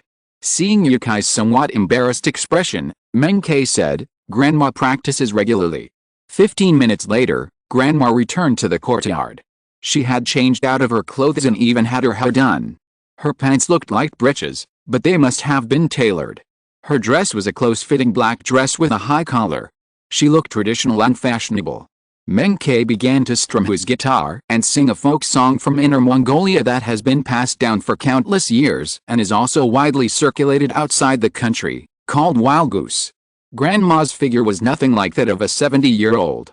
Following the slow rhythm of Wild Goose, Grandma spread her arms in a wave-like motion, her left foot leading, her right foot behind, and she slowly bent down from a cross-legged position. Then she stood up and spun herself around, her movements as light and graceful as a white swan soaring over the grasslands. Yukai clapped his hands gently and slowly to the rhythm, like a devoted fan watching his idol perform live, lost in the moment. Far from embarrassing Yukai, his grandmother's performance was exceptional. He even forgot she was 70 years old. Yukai believed that 3 types of dance best cultivated a person's temperament, one of which was classical Chinese dance. Mongolian dance, deeply influenced by Han culture, also reflects the spirit of classical dance. The spirit resides within, yet manifests itself externally, with a unique Eastern aesthetic of strength and softness that is incredibly captivating. Perhaps age and beauty don't necessarily have a connection. If one possesses inherent elegance, time can never defeat a beauty. Wild geese soar to the heavens, how vast the sky seems. Drink the wine, then refill it, tonight I won't leave until I'm drunk. Yukai's lips parted slightly as he sang the song with Monk, the difference being that Monk sang in Mongolian, while Yukai sang the Chinese version. After the song and dance ended, Yukai stood up, shaking his head in disbelief. "This is truly beautiful. As graceful as a startling swan, as graceful as a startling swan. Wow, it's wonderful." He said as graceful as a startling swan twice. It was the only adjective Yukai could think of. With her wish fulfilled and the guests delighted, the grandmother's anxiety finally subsided. She sat cross-legged at one side of the table, wiping the tiny beads of sweat from her forehead. She said to Yukai, "Good boy, sit down, sit down." Even as she sat down, Yukai marveled at the Mongolian gene for song and dance. At a previous dinner at Eads, over a dozen people sang eloquently, hitting high and low notes effortlessly. Leaving Eads, they journeyed to the HLBE steppes, even deeper into the heart of the region. They met an ordinary herder. It was not uncommon for a young boy to play guitar and sing, but even a 70-year-old grandmother could do so well. They sat down and began to eat. Yukai had been craving mutton for a long time. After persuading his grandmother to eat her vegetables first, he began to taste the home-cooked mutton from the herders. It was indeed different from the mutton he had tasted in restaurants before. When my grandmother was young, she also traveled all over the country. Everyone in the Ulanmuki can not only perform wonderful shows on stage, but also cook and wash clothes off stage. Sometimes they even have to repair household appliances for farmers and herdsmen and spread scientific and cultural knowledge. This meal was the most comfortable meal Yukai had in Mongolia. There were 3 people eating together, not too many or too few, so he didn't feel lonely, nor did he feel it was too lively. The mild milk wine was not intoxicating, but the warmth contained in the wine could be felt.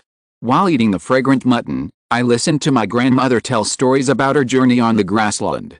It is not surprising that such an outstanding older generation can cultivate such an outstanding young man like Mank. If you're listening to this novel on a channel other than Fanfic World, it means they downloaded and uploaded it without effort. We cordially invite you to visit our channel, Mundo Fanfic Novelis. There you'll find the original version of this story and you can explore many other novels of various genres. We're waiting for you to immerse yourself in a world of incredible novels. Chapter 217 I Want. After dinner at the Mongolian herder's home, Yukai emerged surprisingly sober. Even though he drank sweet kumis, it still struck him as incredible. Even at a lower alcohol content, it was still stronger than beer, right? He felt surprisingly refreshed after drinking it. It was magical. He drove a few hundred meters across the deserted grasslands until he reached the small slope where his tent had been pitched. It was just a small, elevated mound. He pulled the car out of the wind, grabbed the battery and headlights, and then loaded a folding table, mat, and sleeping bag. He'd bought a medium-sized tent, which was plenty spacious for one person. After shielding himself from the cold ground, Yukai tossed his sleeping bag aside and opened his laptop on the folding desk. He desperately wanted to share the stories of the past few days. Especially the stories he'd just heard today about the Ulanmuki, Chinese military troop. Although they were founded in the 1950s, they continue to spread culture and love across the grasslands to this day. From an initial team of 10, it has grown to a total of 46, with each team increasing from just over 10 to over 40. Their presence has traversed the grasslands, reaching over 20 countries and regions. If Grandma hadn't told Yukai about this, he would never have known such a cultural group existed in his country. China is truly vast, and filled with so many stories. His fingers left after images on the keyboard, and the words on the screen multiplied at a pleasing pace, pausing occasionally to think through his words before continuing. If the roof of the tent were transparent, Yukai would be able to see the starry sky across the grassland. Yukai has a famous photo, taken in a snowy area.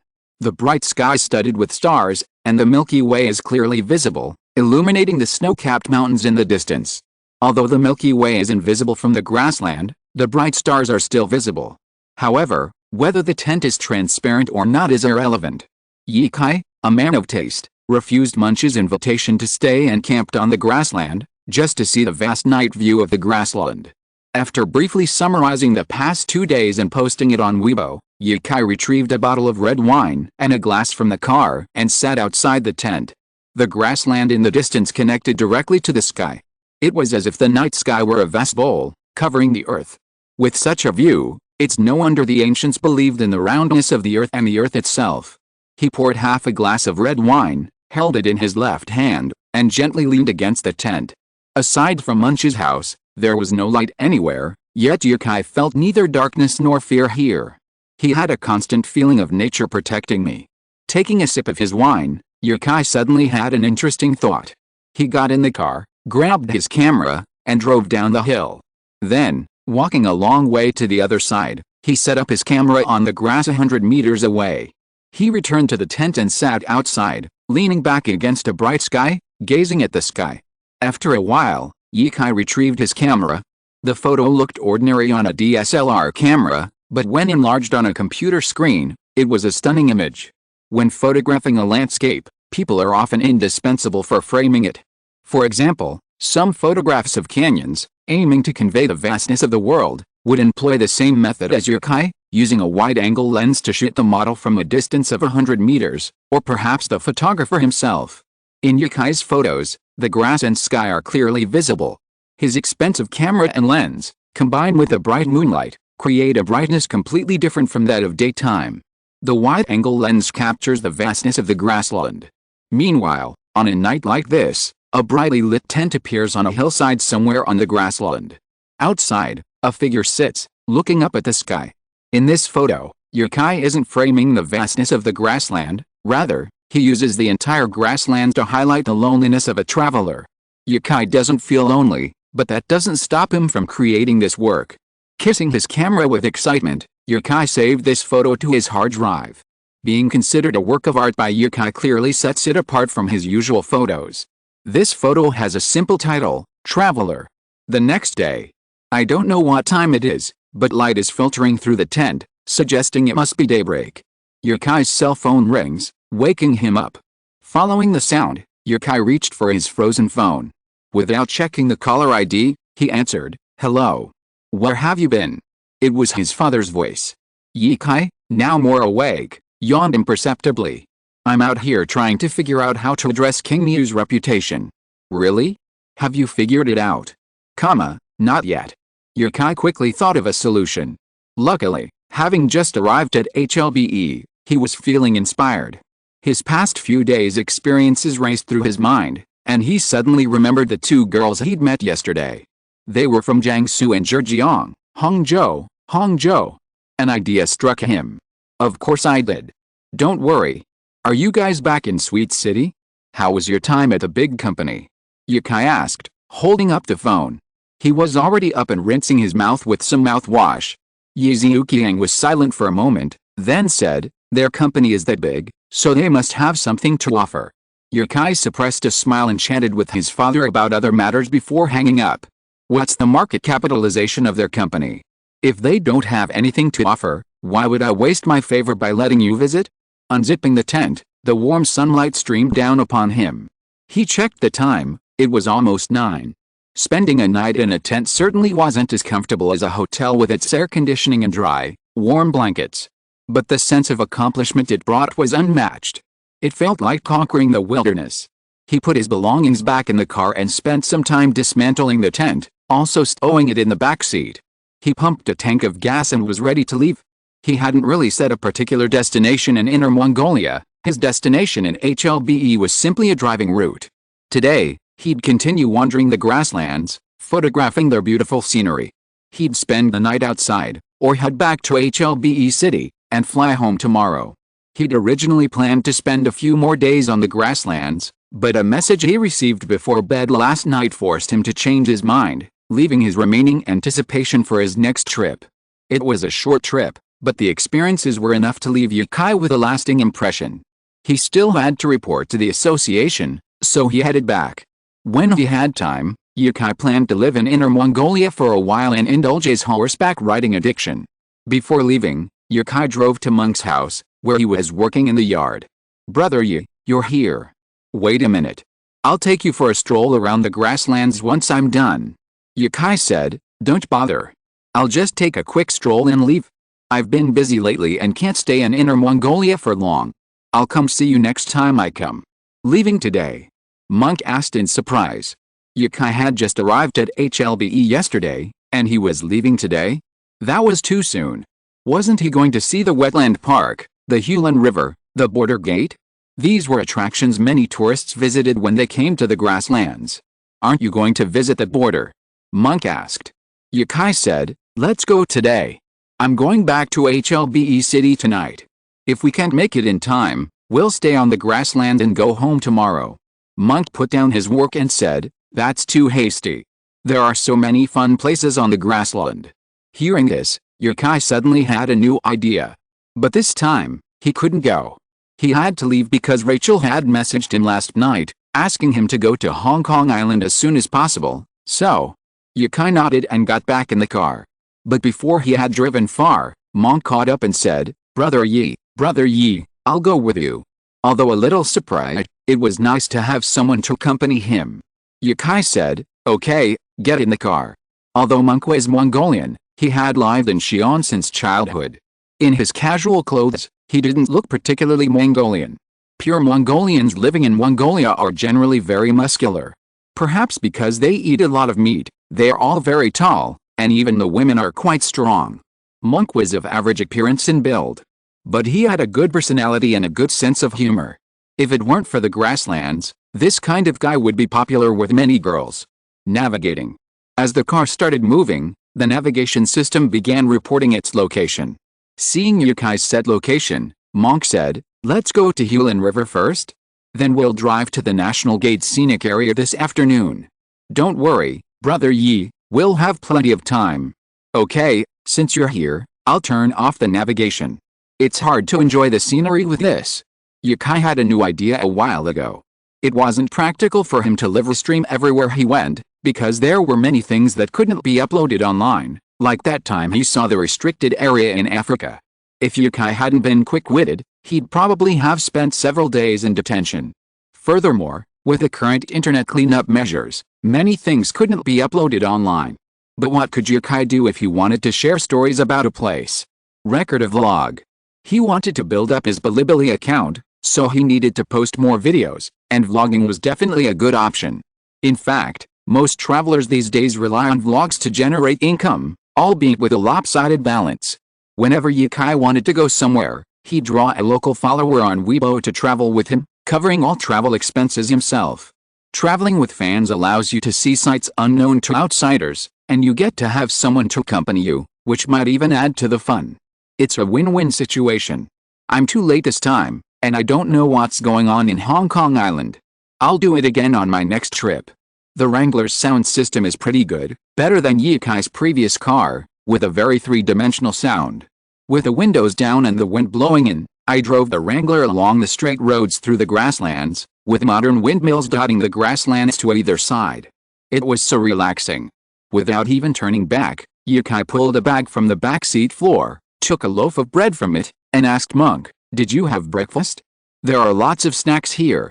"Thanks, Brother Yi, I did." He didn't get up until 9, while Monk probably had been up at 6 or 7, so the comparison was obvious. Mongolians drink a lot, but young people rarely get drunk. There seems to be a saying that getting drunk is taboo under a certain age. He couldn't recall where he had seen Yukai. "I think I've heard someone mention this before. I bought a bread at Eads. It's been sitting there for a few days, but it's sealed, so it still tastes delicious after I tear it open. Most bread made in bakeries back home is very sweet, perfect as a snack, but you can't eat it for long periods of time. It's okay to have it once in a while. Sweet things can really brighten your mood." Monk wanted to speak several times, but he forced himself to speak. So Yukai asked, "What's wrong?" "Just say whatever you want to say. It's just the two of us here anyway." Being asked so bluntly by Yukai, Monk didn't hesitate and said, "Well, I really want to write a song, but I don't know how." "Write a song?" Yukai looked at Monk in surprise, but then smiled gently and said, "That's great. You can play guitar, right? It shouldn't be hard to write a song with a melody you come up with." Yukai was the same way back then.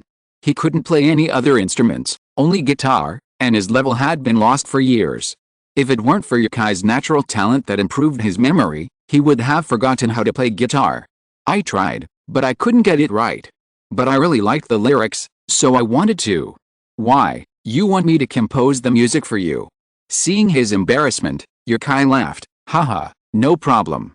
You don't look Mongolian at all now. You might have some misunderstanding about Mongolians," Monk joked. Yukai said, "That's right. When you stop the car, show me the lyrics. I'll help you if I can. It's inconvenient to drive right now." He didn't mention the money. Songs are another language. Yukai didn't see songwriting as a way to make money. His own songs weren't profitable, and many people were covering his songs online. But as long as the original singer was famous and the songs weren't used commercially, Yukai didn't care. Yukai's most profitable song was still a Dio, but the copyright had been sold to Zhang Zi's team. He felt that meeting Zhang Zi was fate, so he wrote a song for her. After all, she was a star he once admired. It seemed that Zhang Zi was the only one with her own songs, no one else had. Teacher Wang had once invited him, but Yukai declined. Hearing Yukai's reply, Monk felt relieved and returned to the state he had been in the day before when Yukai saw him. He introduced Yukai to the scenic spots and scenery of the grassland. Monk loved the grassland. A child born in the city returning to the grassland after failing the college entrance examination was like a 17 or 18-year-old in the mainland returning to the countryside after adulthood. Inland rural areas have more neighbors, but on the grassland, there are not so many people. The land is vast and the population is sparse.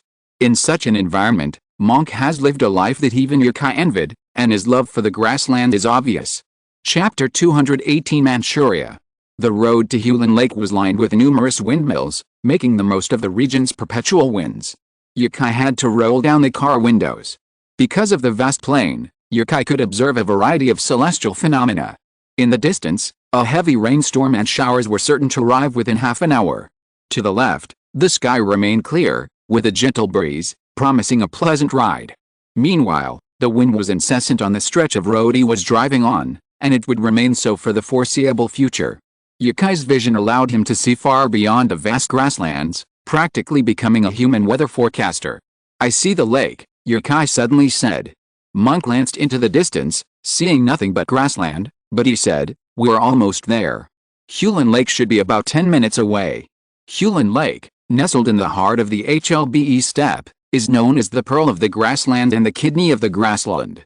Its Mongolian name, Dale Lake, means sea-like lake. The path gradually became less accessible, but from their vantage point, they could already see the emerald waters of the Hulin River. A section of the riverbank curved into Hulin Lake in a triangle, resembling a wolf's head. "That's the Khan's hitching post," Monk said. Curious, Yukai asked, "Genghis Khan? Why did he tie his horses here?" "It's a legend. My grandmother told me, but I can't quite remember. It's said that the Khan's growing power aroused the resentment of the surrounding tribes, who united with him to launch a surprise attack on him. The Khan, hastily confronted, fought fiercely, but was unable to defeat them. He ordered a retreat and set up camp at the lush grassy fishing lake, now known as the hitching post. But why is it called a hitching post? There are countless places like this in China. There were places like Xiaoxiaos, like Zhuge-Liang's, where the great lords stationed their troops over thousands of years. You could even host a football game there. And there would be more substitutes than there were on the field. There's a stone post down below. Legend has it that the Khan tied his horses there. Every morning, he'd stand atop the hill, gazing out over the northern grasslands, plotting his plan for unification. Then, the 8 battle-hardened steeds, unable to bear the loneliness of idleness, would unfurl their manes and gallop. Over time, the reins left traces on the hitching posts. I see. As a legend, the authenticity of this story remains to be verified, but in the eyes of the grassland people, perhaps these events are true. You could tell from Monk's constant mention of the Khan. The road was becoming increasingly difficult to navigate. The original asphalt had unnoticed been transformed into dirt road, but this section had been traversed so many times that it was now barren. Faint traces of the road could be seen. Was this how they walked? Yukai was a little skeptical. Monk scratched his head and said, "The last time I was here was a long time ago. The road is definitely right, but it wasn't this bad back then." After walking for a while, the road conditions were so bad that Yukai began to lose confidence and considered heading directly to Manchuria. Just then, a jeep with a Yanjing license plate came driving towards them. It must be a tourist here. Yukai rolled down the window and asked, "Hey, how far is this section?" "Not far," the Yanjing man said enthusiastically. "After this section, the road is good. Don't go back. You've finally come here, it would be a shame not to take a look." He was right. With renewed confidence, he continued driving on this dirt road. May in Inner Mongolia is truly cold, completely different from May in the mainland, comparable to a snowy area. The dirt on the road was still frozen, making a crackling sound as the car moved. Perhaps it had rained last night or even before, as small puddles of water could be seen along the roadside. But now, they were frozen, turning into blocks of ice. The sun wasn't strong, and it looked like it would take several hours for the ice to thaw. Sure enough, the section soon ended, and ahead lay an endless expanse of asphalt. Following this path, they soon reached the lake, a place that could be called a beach. The 3 words Dale Lake were written on a stone tablet made of several piles of gravel. This pearl of the grassland was not as clear and bright as Yukai had imagined. Although it was also called a lake, It was basically two different concepts compared to West Lake. Yukai felt that Hulen Lake was more like a sea than the word lake. The wind on the grassland made the lake water surge onto the riverbank in waves, just like the waves on the seashore, except that the waves would not surge several meters high. The lake water was not blue either.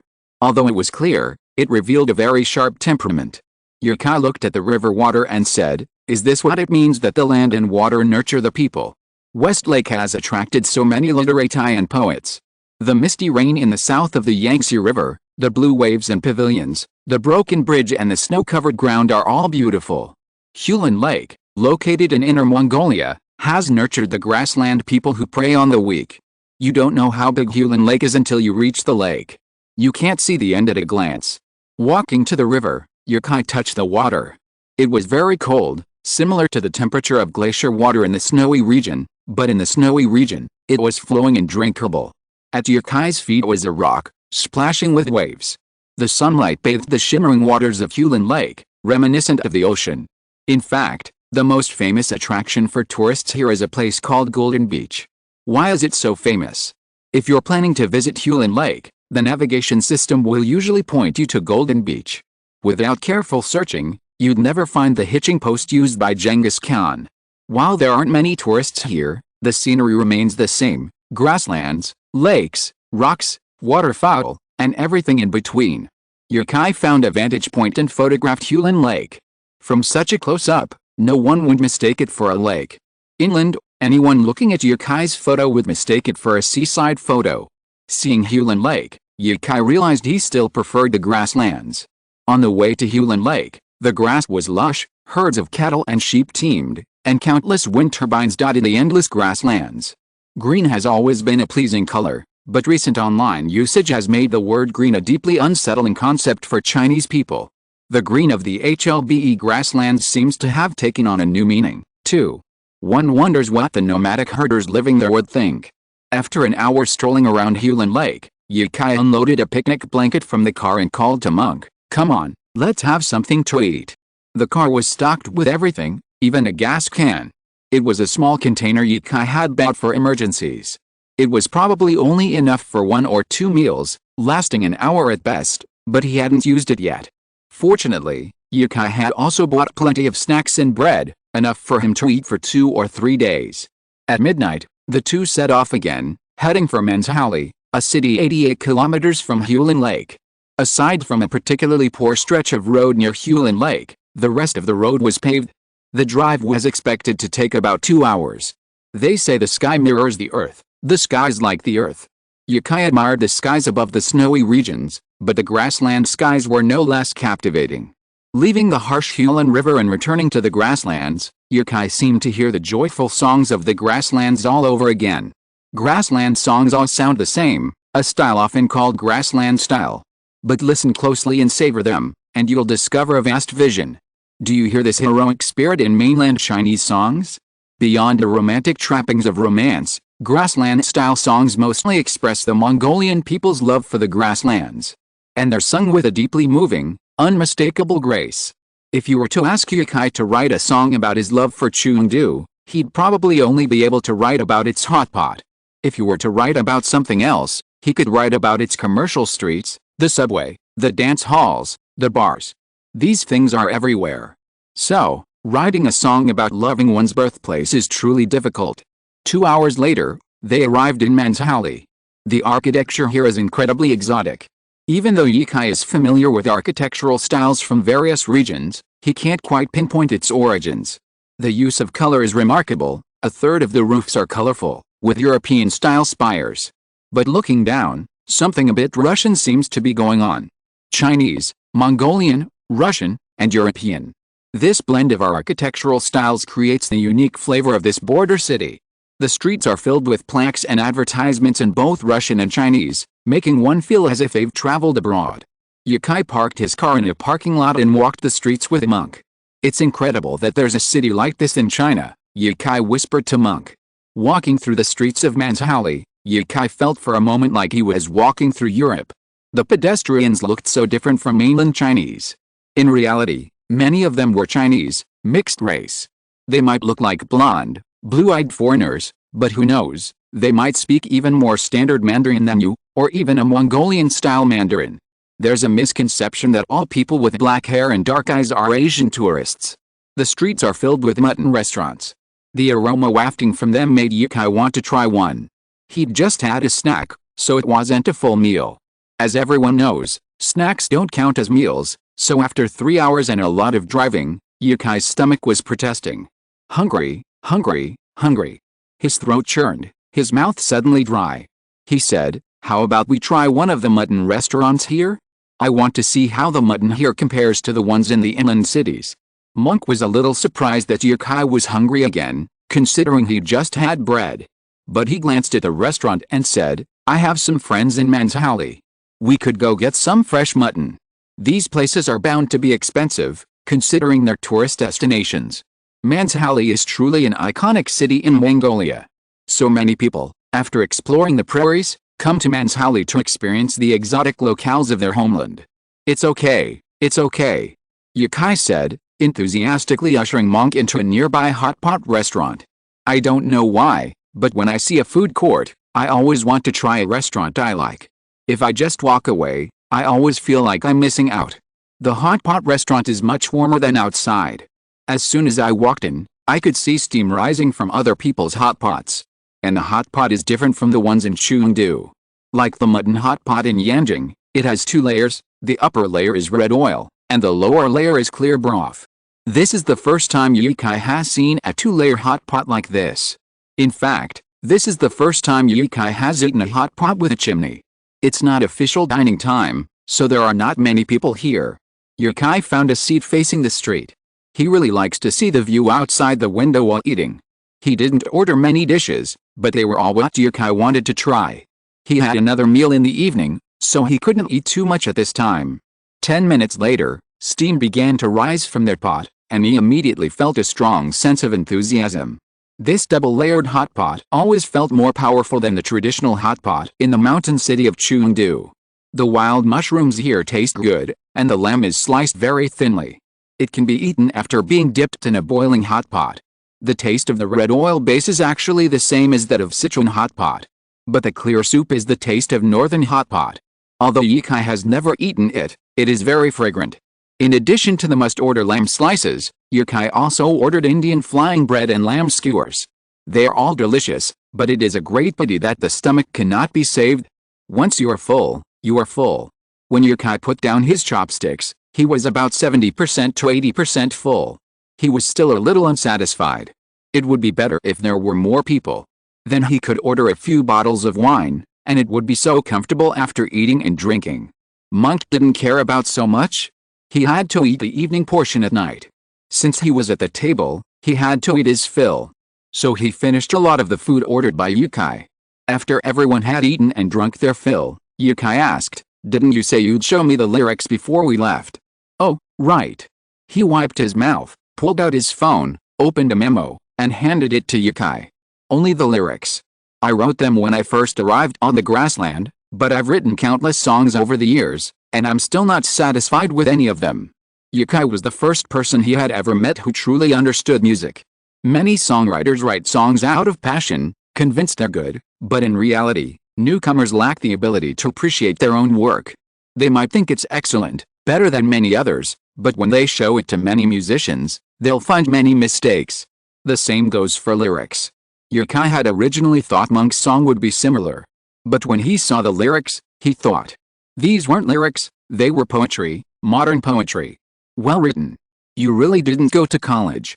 I really didn't, and I don't think education really matters when writing this kind of thing, Monk said. Indeed. Yukai read it 3 times and finally said, "Can you give me the song first? I can't write the melody for the time being." Yukai was not very familiar with grassland songs and would study them carefully after returning.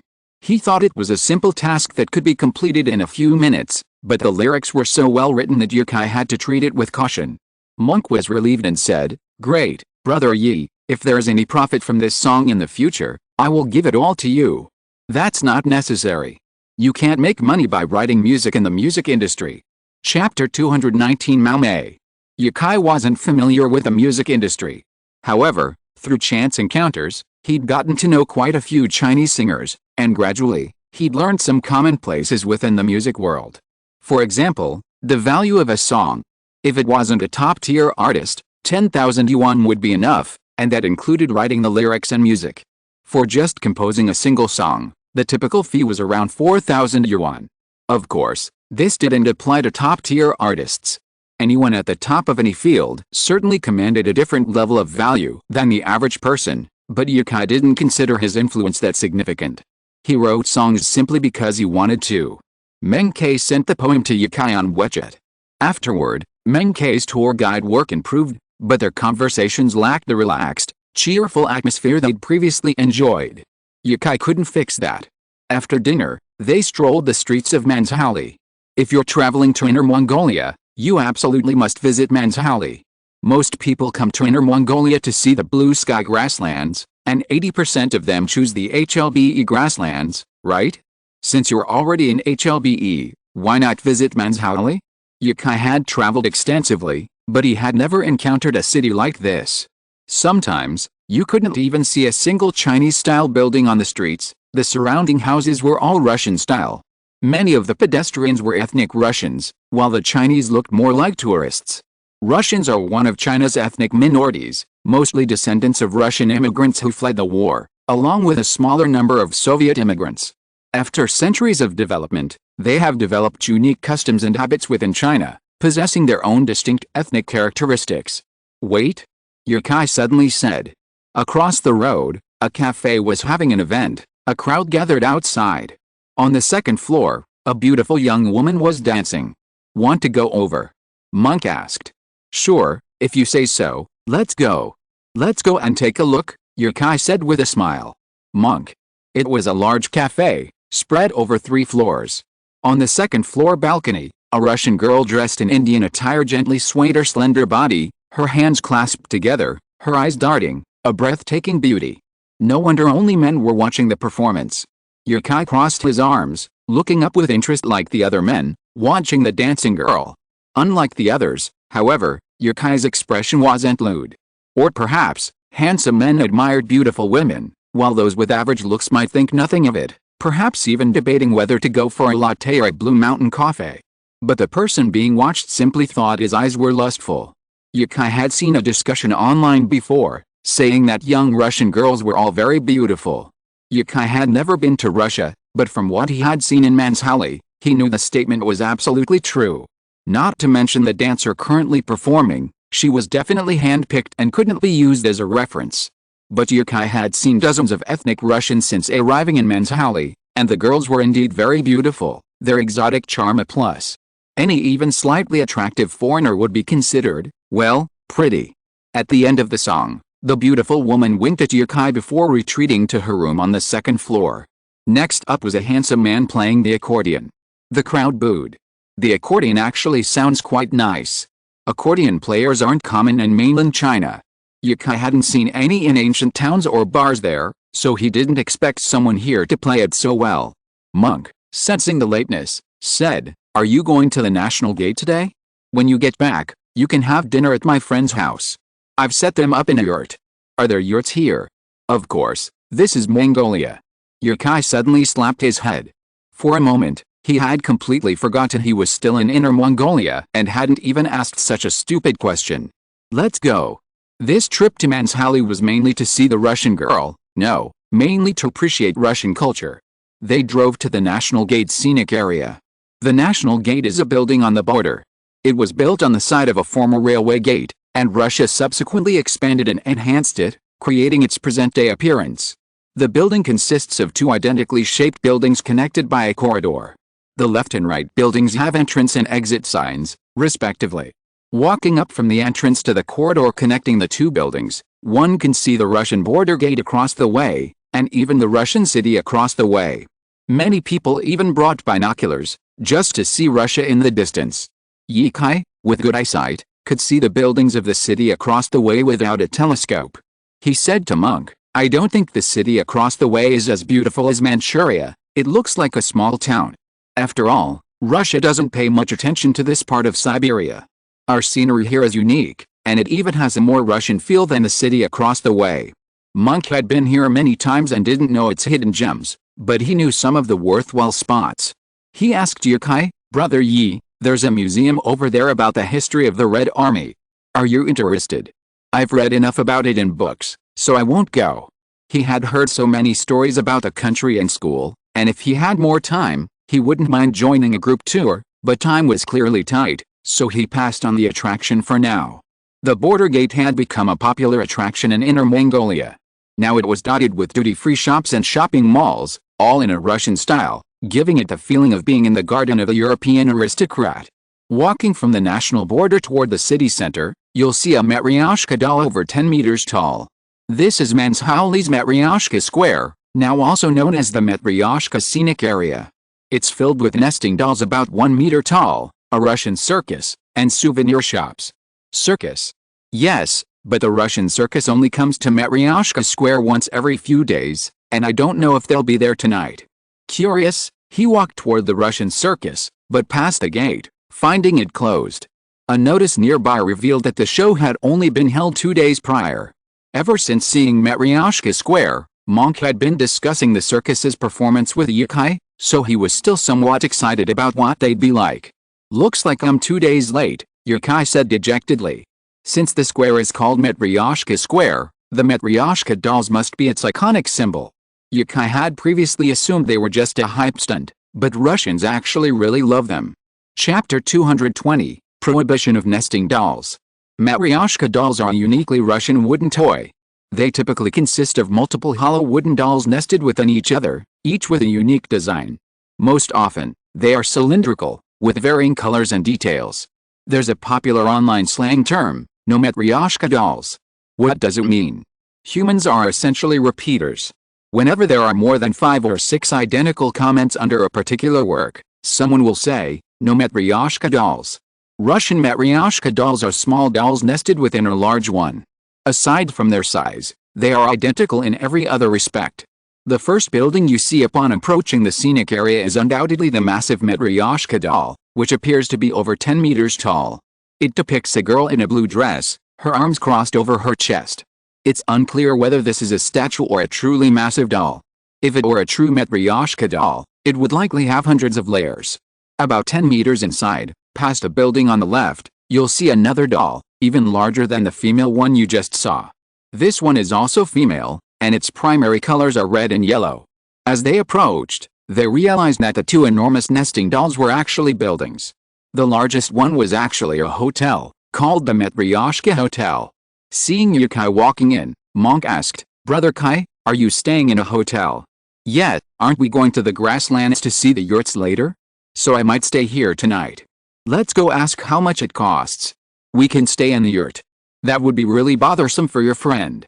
I think a hotel would be more convenient." "It's possible, but it's really unnecessary." Yukai hadn't met Monk's friends yet. To others, Yukai was just a friend of his friend, little more than a stranger. Who would want a stranger staying in their house? And this time, Yukai had driven, so it was convenient for him to go wherever he wanted. It's not inconvenient. They live in a house too. They just occasionally set up a yurt to entertain guests or stay. It's meant to be lived in. So, Yukai had assumed Monk's friends were living in yurts. The visitor center is not far from the hotel. A tour ticket costs only 149 RMB, but if you want to see the circus or other shows, the price is higher. Circus performances aren't scheduled every day, so if you're unsure, it's best to ask at the visitor center's information desk. All the public information in the Matryoshka area is designed to resemble Russian dolls. Trash cans, billboards, road signs, and other small decorations are all in the shape of classic Russian dolls, and there are even some Japanese dolls from World War II. Of course, the main attraction here is still the Chinese. There are also rides like a pirate ship and a carousel, making it a true amusement park, and the activities here are very similar to the ocean park Yukai had visited. Different shows are held at different locations during different time periods. Unfortunately, the circus, which Yukai had been looking forward to, wasn't there today, but one shouldn't get too high expectations for something so random. Seeing it is nice, but if not, there's always another way to see it. Once inside, there were no traces of Chinese-style architecture. Aside from the familiar Chinese characters on some buildings and street signs, everything here was remarkably Russian. Even the songs playing from the speakers were familiar Russian songs like Katyusha. For someone who rarely travels abroad, everything here felt exotic and fresh. There were also plenty of attractions, making it a great place to visit with children. But Yukai had been to many parts of Europe, so this place didn't hold the same allure for him as it would for a more ordinary person. He still spent 2 hours exploring the Matryoshka doll's scenic area before heading off with Monk to visit his friend. Only after leaving Manshauli's urban area did Yukai rediscover the feeling of being on the grasslands. In the city, if you don't consciously think about it, it's hard to realize you're actually on the Inner Mongolian grasslands. Listening to grassland folk songs playing from his car's Bluetooth speakers, Yukai drove for an hour along the grassland-lined road, following Monk's directions and arriving at a pastoral area. Not far away, Yukai spotted someone in the distance wrapping a yurt with a piece of cloth. He asked Monk, "Is that your friend?" Monk, playing with his phone, glanced up and said, "That's him. His name is Boriglang." After parking the car, Monk trotted over and embraced a man. Both smiled and patted each other's backs. The scene was remarkably down to earth.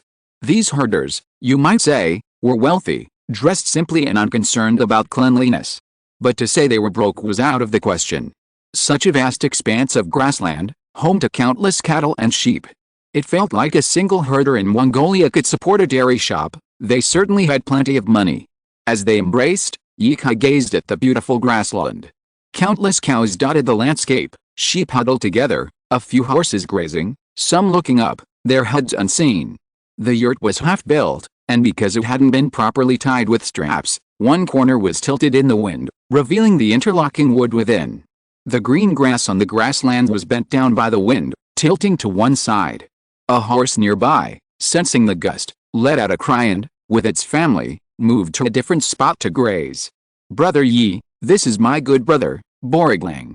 When Monk came to his senses, he had already walked up to Yukai and introduced his friend. Boriglang looked younger than Monk, probably around the same age as Yukai, perhaps under 25. His shaggy, messy hair revealed a sunny, handsome face. "Hello, Brother Yi," Yukai said with a smile. "Don't listen to him. Just call me by my name. I'm Yukai." Monk was 27 years old and called Yukai brother because that's how his fans all called him. Whether they were 30 or 40, they would call him Brother Yi or Brother Kai online. However, in person, most people still called him Brother Yi. That won't do. Considering your achievements, I have to call you Brother Yi. I love watching the movie Chinese Paladin. I'm a fan, right? Yukai laughed heartily and said, "If you want to be one, I won't stop you." The core content of the TV series Chinese Paladin differs from the literary version. Yukai created the world of immortal heroes, while the TV series depicts the love, hatred, and vengeance of several characters within the larger storytelling landscape. It's hard to say which is better, but there's no doubt that when people mention Chinese Paladin, they think of Yukai. Yukai pointed at the yurt and said, "Do you need our help?" "That's perfect," Boriglang said with a hearty laugh. "I'm having trouble building this by myself. It's taken me a while to get the frame up." Taking off his coat, Yukai said, "Let's get started." It was basically done, they just needed to help with the final few steps, and the yurt would be complete. The principle was simple, a wooden fence-like object was formed into a circle, something like an umbrella stand was placed on top, and then a piece of cloth of the right size was covered on top. The final step, which Yukai and his team were currently undertaking, was wrapping the yurt with giant strips of cloth. In less than half an hour, the three of them could stand outside the yurt, admiring their masterpiece. Even though they had only worked on a small part of it, they were still standing outside. "Jilin, where are EG and the others?" Boriglang, hands on his hips, gazed at the yurt and said, "They're slaughtering lambs. They'll roast whole lamb for guests tonight." "Brother Yi, have you ever tried roast whole lamb in Inner Mongolia?" "Yes, at Eads." "There? Not good there, no." Boriglang shook his head. "The grass there isn't good enough to raise the best cattle and sheep. Locals love to brag about their food, just as many countries love to boast about their culture. Many countries claim their XX is the best in the world, but few people around the world care. Whether it's truly the best is difficult to define. Even if Yukai thinks this place's food is the best, many people have different tastes. Someone else might even find it unpalatable. But that's a bit off topic. Back to their conversation. Boriglang went back home to see Iji. Iji means mother in Tibetan. Even though they all know Chinese, they still subconsciously use Mongolian when addressing their parents. Habits formed over the years are hard to change. Yukai returned to the car and took out the remaining snacks and put them in a corner of the yurt. Just over 10 minutes later, Barajanglang came back again, this time carrying a huge table. Then he brought a lot of things into the yurt, and a beautiful house was truly formed. It has a beautiful exterior and a distinctive interior. Yukai took pictures of the yurt in every corner, just to find his favorite picture. After all, this is his dormitory tonight. At this time, a horse gradually approached this area. The urge to ride a horse and gallop suddenly came back, so he asked Barajanglang, who was tidying up in the yurt. "Can I ride this horse?" Borglang glanced up and said, "This horse is very fierce. Brother Yi, can you ride? Or I can get you a tamer one. This one's a bit dangerous." Yukai stepped forward, touched the horse's neck, and said, "No, it's fine." Soothing the horse, Yukai, without waiting for Borglang to fetch the saddle, leaned over the horse's back and saddled it. Borglang was almost stunned. He ran over with the saddle, sparks flying, the bells jingling, and shouted, "Barry! Barry!" Perhaps it was the horse's name. Borglang was afraid that Barry would get angry and throw Yukai off, but to his surprise, Barry showed no signs of frenzy, as if there was no one on his back. Yukai experienced the feeling of riding bareback, frowned, and jumped down to take the saddle. The saddle wasn't crucial, but without some support, Yukai couldn't exert any strength. Furthermore, without a saddle, he couldn't adjust his body to the horse's galloping motion. Within half an hour, Yukai's thighs would be rubbed raw. "Are you okay, Brother Yi?" "I'm fine," he said, taking the saddle.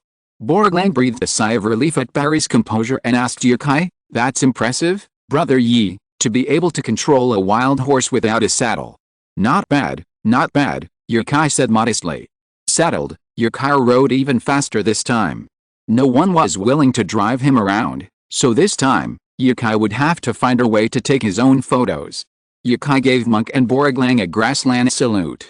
Then, with a pull on the reins, the horse turned 180 degrees, facing Borglang from the front and then back, its rear facing its master. When did this horse become so docile?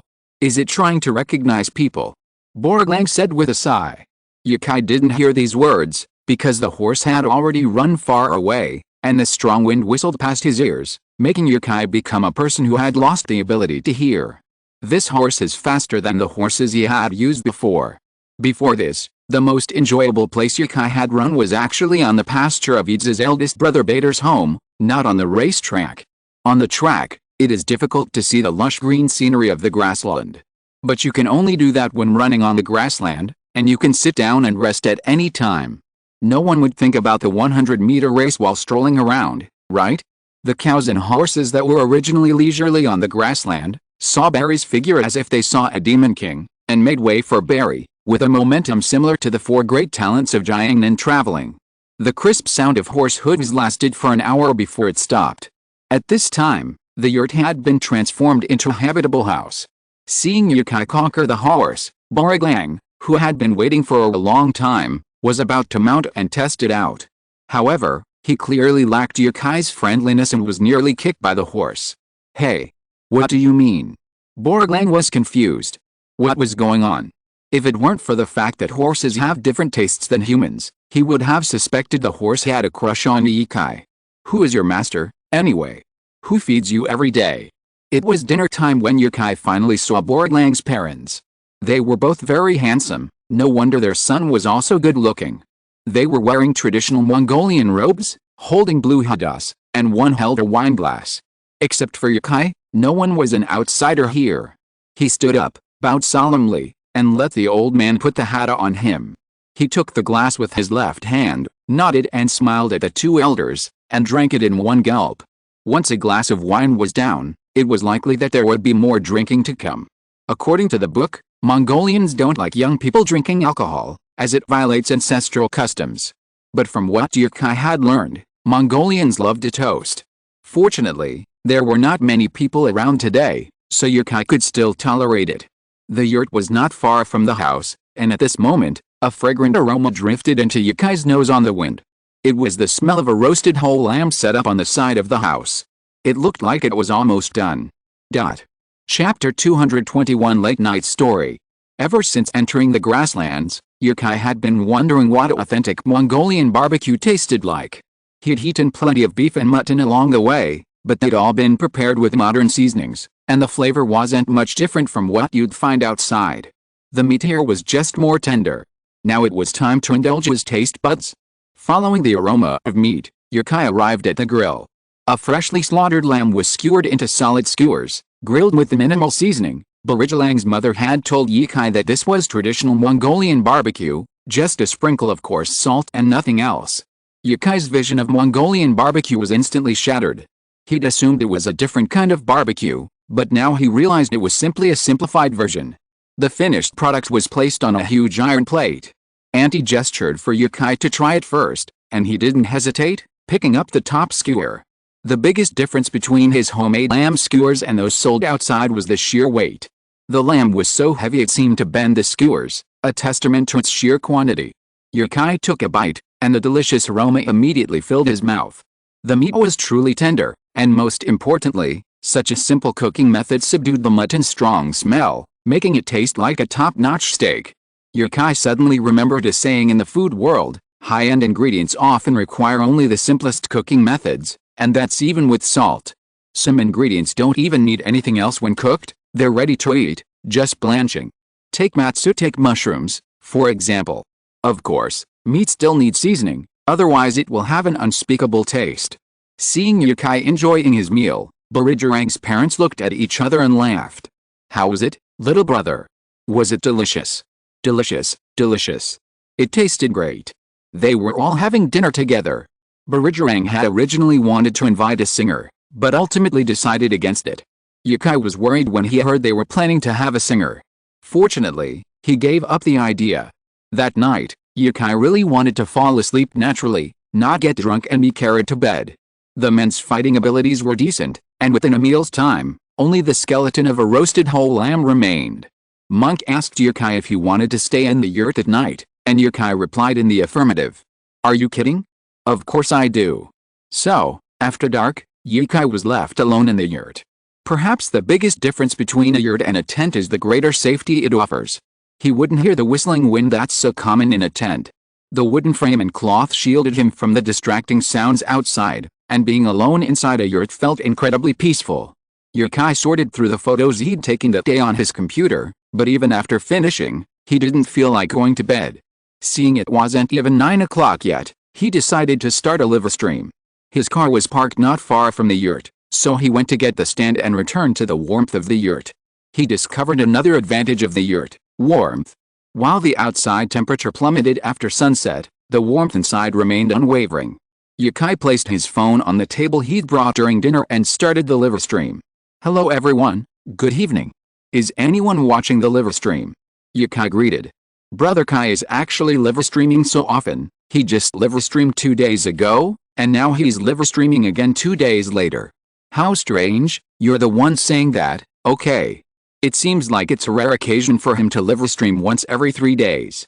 For other streamers, only live streaming once every 3 days would probably be criticized by now, but for someone like Yukai who frequently does it monthly, his live stream room is now filled with praise. Wait a minute, you're just trying to flatter me. I'm a little embarrassed. Yukai said. This made Yukai feel guilty. I'm live streaming today because it's still early before bedtime, and there's nothing else to do, so I'm just going to chat with you guys. In our Sichuan dialect, we call it ban long menzian. Even if it's just work, it doesn't matter. I just want to see your face. The streamer is so handsome. Is he a celebrity? Now is the perfect time to live stream. The results are even better than the daytime ones. The live streaming website's administrators featured Yukai's photo as the cover, and many visitors who didn't know him clicked in after seeing his face. After a brief chat, Yukai showed the audience the yurt. Some wanted to see the photos Yukai had taken that day, so he connected his laptop to the internet with a wireless card and started the live stream from his computer. This time, Yukai's face was no longer visible, prompting a lot of criticism. Yukai never considered himself a live streamer focused on appearance, so he ignored the netizens' requests and clicked through the photos he had compiled. There are 2 places I think are worth visiting when traveling to HLBE.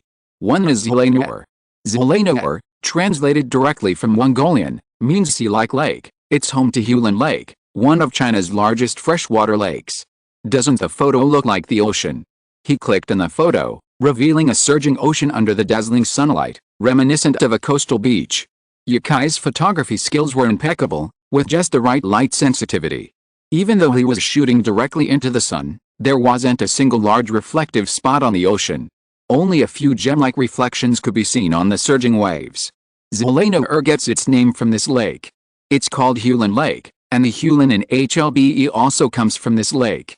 So, do you know where Bear is? Guess correctly and you'll get a great gift. Bear. Bear Grylls. Bear Grylls is here. I guess it's Bear Lake in Inner Mongolia? I went there on my last trip. Yukai saw the comment and said, yes, HLBE, it's the name of two lakes combined. This viewer will receive a great gift from me, my heartfelt blessings. Let me continue. I actually didn't know much about this place. A local Mongolian brought me here.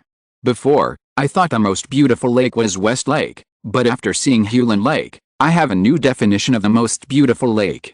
It turns out that every lake has its own temperament. Just like people have different views on choosing a mate, some prefer one type, some prefer another. Although I prefer the temperament of West Lake, I also understand how to appreciate Hulin Lake as it is. As I parked my car in the parking lot and walked by the lake, the water was wrapped in a gentle breeze, blowing slowly from the distant Zenio banner. The scene reminded me of a poem, only the mirror-like water in front of the door, the spring breeze does not change the old waves. The lake, with thousands of years of history, has never stopped its waves. Yukai's favorite part is West Lake, but that doesn't stop him from liking other lakes. Just like a person will meet many female friends in their life, you may only have one girlfriend, but that doesn't stop you from admiring other girls. Everyone loves beauty, and Yukai's love for lakes is his.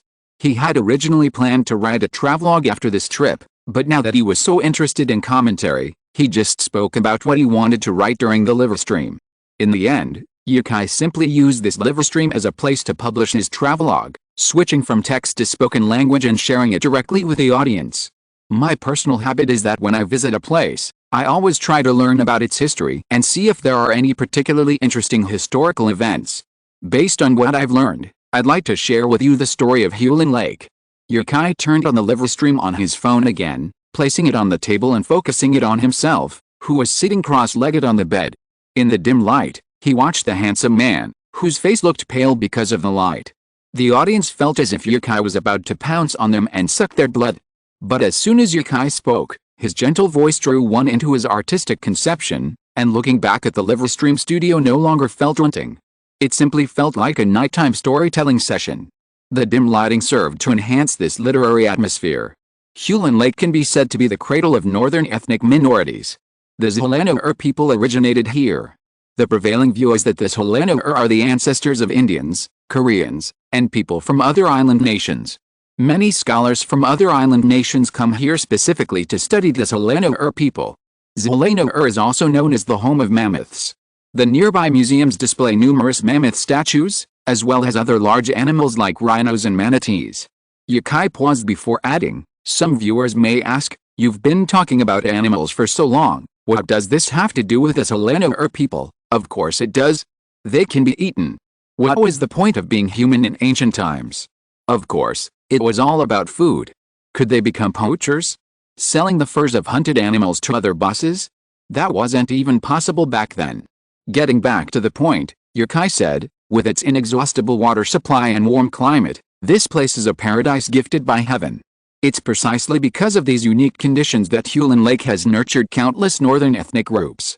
Looking back at my school notes, most of the ethnic minorities who dared to challenge China back then came from here. It's rich in resources, a vast granary.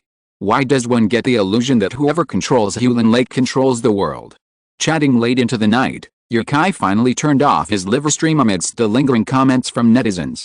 Early to bed, early to rise, tomorrow he'd be heading to Hong Kong Island to report. Today's live stream gave Yukai another excuse to continue. Sharing his travel experiences with netizens was quite fun, but he still had to write a travelogue. After all, he had 3 million followers on Weibo. And at its peak, the live stream only attracted 60 to 70,000 viewers. Yukai leaned against the bed. His excellent hearing could hear the howling wind outside, chilling the yurt, which was not cold at all. The night passed quickly. The sun rose early, but it was no use waking up earlier. Meng Ke had already rinsed his mouth and, seeing Ye Kai, asked, "Want to wash your face and mouth?" "Oh, right away," Ye Kai said. Ye Kai only needed to use a packet of mouthwash to clean his teeth, so he had to pack up his things. After packing everything, Ye Kai and his family said goodbye to Borglang and his uncles and aunts, drove out of Borglang's pastoral area, and drove for over an hour to drop Meng Ke off at home. Before leaving, Meng Ke stopped Ye Kai and asked, somewhat puzzled, "That song of mine?" Ye Kai said, "Don't worry. I'll write it properly when I have time. I've been waiting for years. Just give it a little longer." Just like writing ancient-style songs, Ye Kai now strives for perfection in his work. Perhaps the songs he loves may not be liked by most people. But Ye Kai still wanted to create his own music, not just cater to the masses. After returning monk, Ye Kai drove alone across the grasslands once more. With the stereo at full blast and the accelerator at full throttle, the dual thrum of music assaulted his senses. The car flashed across the grasslands, leaving only shredded grass in its wake. Was this the end of his grassland trip? Perhaps it was, or perhaps it was just beginning. Ye Kai had developed a taste for horseback riding. Riding in the city was too inconvenient, so he might still come to the grasslands when he felt like it. The horses at the city racecourses simply couldn't run fast. He'd recently found a racecourse in Chengdu, but the horses there were too skinny, not much different from the ones he'd seen used for tourist photo ops. So, Ye Kai gave up on the idea of racing in the city and decided to return to the grasslands when he had time. Arriving at HLBE, Ye Kai returned the car to the rental shop. He had to inspect it before he could leave, wasting half an hour. The food was at Borglang's house, so Ye Kai only had his suitcase and backpack. Anything inexpensive but cumbersome was thrown away. The airport facilities here were decent, and upon entering the lobby, Ye Kai went to the ticket counter to pick up his ticket. This trip was to Hong Kong Island. Rachel had urged him twice in a row, making Ye Kai feel the urgency of the situation. Has there been any news reports of wildlife poaching recently? Their association has relatively few functions, but it has considerable power and is a leading figure among many conservation organizations. Emergencies rarely arise. As Ye Kai boarded the plane and put on his eye masks to sleep, Rachel was thinking about making a third call to Ye Kai. She had stumbled upon Ye Kai's liver stream yesterday. It was quite handsome and the results were quite good. But he had an appointment with her today, and yet he was still drinking last night? Can he even get up? She looked at the pile of documents on her desk, and her headache worsened. She was the Asia representative, but why didn't she have an assistant to help her? Doing everything herself made her old age so quickly. Ye Kai quickly took off his coat when he got off the plane. It was so hot. This is what summer should be like. Chapter 222 New Mission. After checking his luggage at the airport, Ye Kai carried only a backpack. He figured he wouldn't be in Hong Kong Island for long this time, and would probably return to the airport after meeting Rachel. He took a bus to Victoria Harbour. The WPSA's headquarters was located there, on a separate floor of a building, with fewer than 100 employees. Unlike a company, most WPSA members actually worked in animal sanctuaries in various countries, assisting their countries in wildlife conservation and research. Unfamiliar with the other employees, Ye Kai waited in the lounge for a while before meeting Rachel. She looked much the same since he'd last met her. She had a more masculine air than the average office woman, with short hair and a white shirt. She entered the room carrying some documents. "Rachel, long time no see," Ye Kai said, standing up. "Yes, this is the first time we've met this year." Rachel placed the documents on the table and said, "When you returned to China from Africa, I said I'd meet you at the airport, but you didn't tell me your flight details. It's not a big deal." Within the association, Ye Kai was the only one who didn't take this honor seriously. An international organization directly changed its slogan, turning it into a universally recognized animal protection slogan. What an honor. Rachel was often proud that Ye Kai had come from Asia. After a brief chat, Rachel got down to business. That was the main reason she'd called Ye Kai back. "This document is a complaint from China, reporting that there are many unlicensed black factories extracting bile from live black bears." Ye Kai seemed to know about this. He'd seen images of bears caged in cages with tubes inserted into their bodies, their bile extracted periodically. It seemed horrifying at the time, but such news has since become rare. I'd thought this phenomenon had vanished, only to find it still exists, and even reached the International Association. Regardless of whether this was right or wrong, if such a case were confirmed, the association would undoubtedly speak out through its own channels, using public opinion to pressure China to address the issue. This would undoubtedly damage China's international image. Yukai rummaged through the documents, which contained online news gathered by the WPSA. He found some old images, but no clear ones from the past 2 years. Rachel said, "We can only find images online as recently as 2017. We've checked, and the factory closed in 2017. The problem is, over 100 people still report this problem to us every year. We've conducted 2 visits to the reported locations in the first half of this year, but found no bear sightings. So, we need you to investigate this matter and write a good press release." After she finished speaking, Yukai briefly reviewed the documents, sorted them out, and placed them on the table. "Were you accompanied by locals when you went there?" Yukai asked. "Yes, we need to find local officials to gain access to private areas." Yukai didn't think long before saying, "Okay, I can investigate this matter, but it's not easy for me to move around in China. Many people know me. Is there anyone willing to join me?" Seeing Yukai agree, Rachel smiled and said, "Of course, if you need it." She left the lounge and returned a moment later with a man from China, seemingly under 25, about the same age as Yukai. He was thin, wearing a black and white striped shirt. His name is Edwin. He joined the association this year. He's also been on the 2 previous missions. You can take him with you this time. Edwin extended his hands to shake Yukai's hand, beaming. "I've heard about your deeds for a long time, and I'm glad to be joining you." Judging from his tone, he must be a local from Hong Kong Island. "I'm glad to meet you, too. I hope we can work together happily.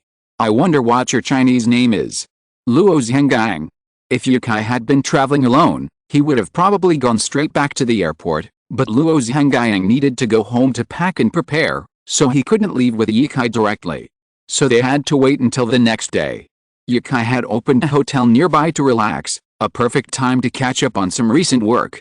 Life magazine was asking Yukai for an article, and he happened to have quite a few great photos, so he was going to write a travelogue tonight and send it over. Well, not really a travelogue, more like an introduction to the photo's origins. He also needed to finalize the event plan for King Niu and send it to the company. Yukai didn't want to be a one-man show, where the company had to do whatever he said. He wanted to pool everyone's ideas, and perhaps even come up with a better idea. After opening his computer and pondering for a moment, Yukai wrote the title, Amsterdam, Encountering Europe's Most Beautiful Spring. First, here's a photo he took when he first arrived in Amsterdam. It shows an arched bridge over a body of water, with red-walled European buildings on the other side. Amsterdam, with its dense network of canals and numerous arched bridges, is truly a city of water. The footsteps of spring in Europe begin in the Netherlands. I say this with good reason. The Netherlands is the kingdom of tulips, and tulip season lasts from March to May. If you love tulips, then you absolutely must visit the Netherlands during this time. The most unmissable sights are the tulip gardens, or rather, the Sea of Flowers, in Amsterdam. As the capital and largest city of the Netherlands, Amsterdam has long been renowned for its seas of flowers, windmills, and the paintings in Van Gogh's museum. Its natural beauty and cultural atmosphere embody the unique character of this ancient city. Its gentle, unflappable presence captivates the world, and even a brief sojourn can leave you mesmerized and reluctant to leave. Publishing a travelogue in a magazine is different from posting it on Weibo. They primarily want your photos, you simply need to tell the stories behind them. As for what you did or what interesting activities you participated in, you don't need to elaborate, unless you include photos of those activities. Because magazines have limited space, they must be concise, so often it doesn't feel like a travelogue. The sound of the phone tapping on the keyboard is so melodious. Time slipped by as Yukai worked tirelessly. Before he even felt hungry, the moon was already bright, illuminating the surroundings. At this moment, Yukai rediscovered the pleasure of typing, a pleasure he hadn't felt in a long time. After sending King Niu's new promotional content to his father, Yukai finally noticed the time. He had sat in front of the computer for hours, forgetting even to eat. His stomach growled at the thought. Chapter 223 GUI Province. It was almost 10 o'clock in the evening, Usually the perfect time for a late-night snack. A barbecue stall with a nice beer was incredibly refreshing. But he decided to order takeout. Why not go out?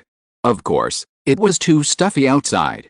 It was much nicer to stay in the hotel with the air conditioning, waiting for the takeout to arrive, and even check Weibo. The next day. It was almost 9 o'clock when Yikai woke up.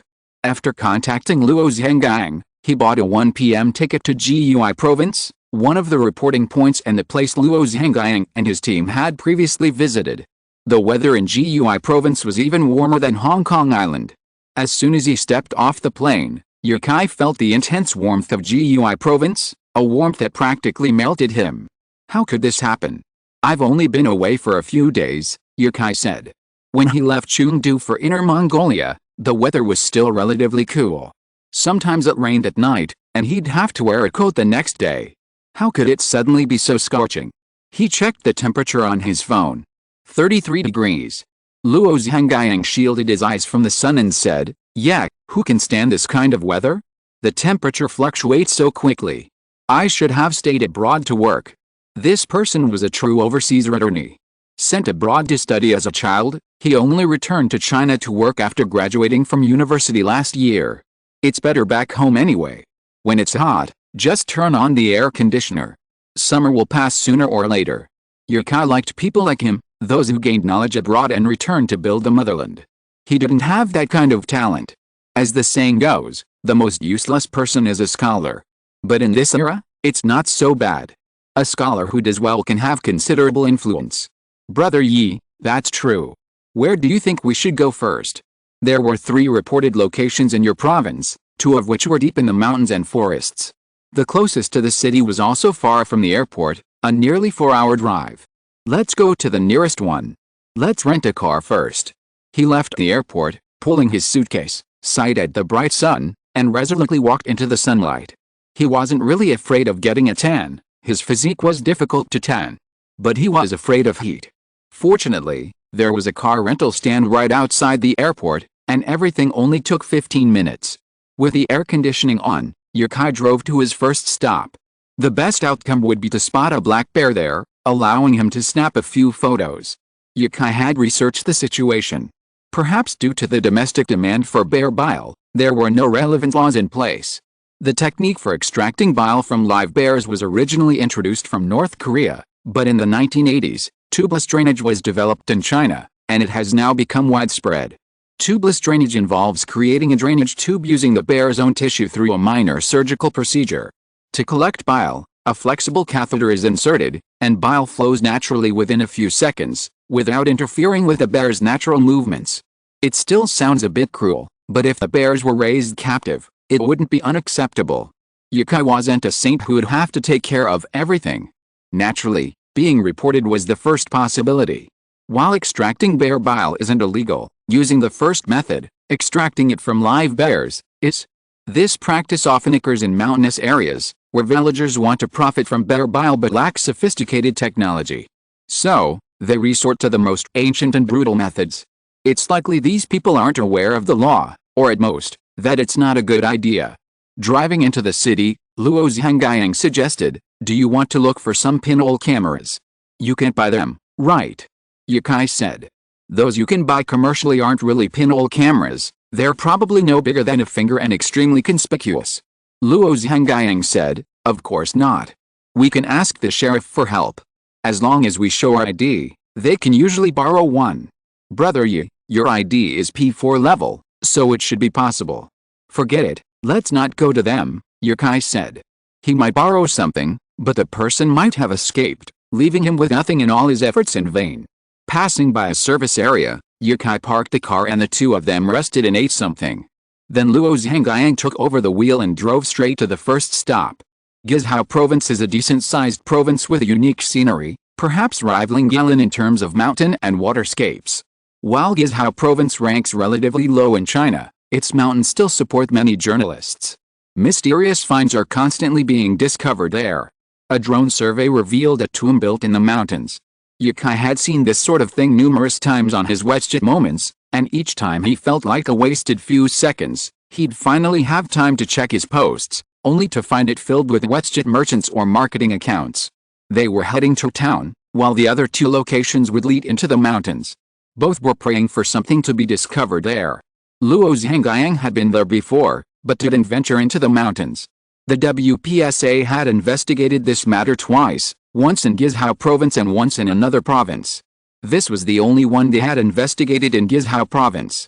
But if nothing was discovered here, as with Ye Kai's current visit, they would likely have to retreat into the mountains.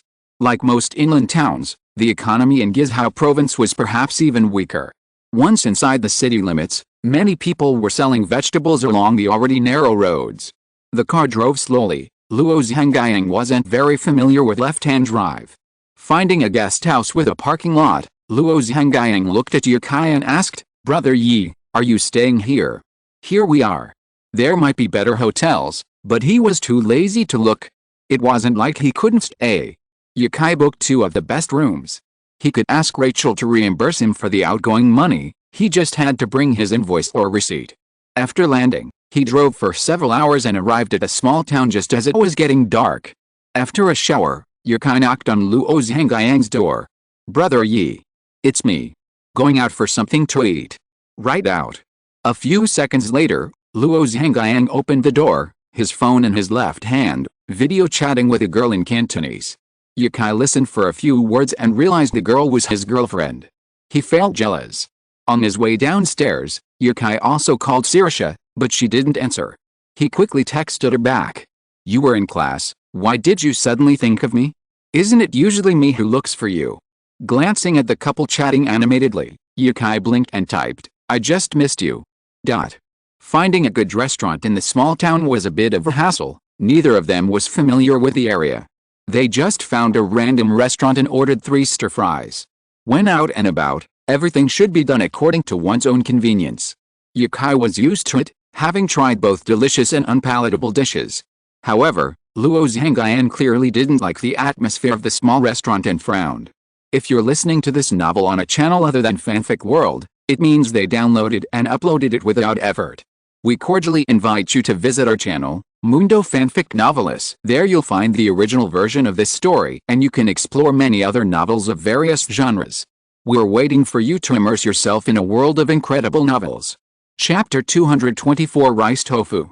Nowadays, the menus at small restaurants in China are largely similar. Excluding larger restaurants and private kitchens, the similarity reaches 60%. But don't be fooled by the names on the menu.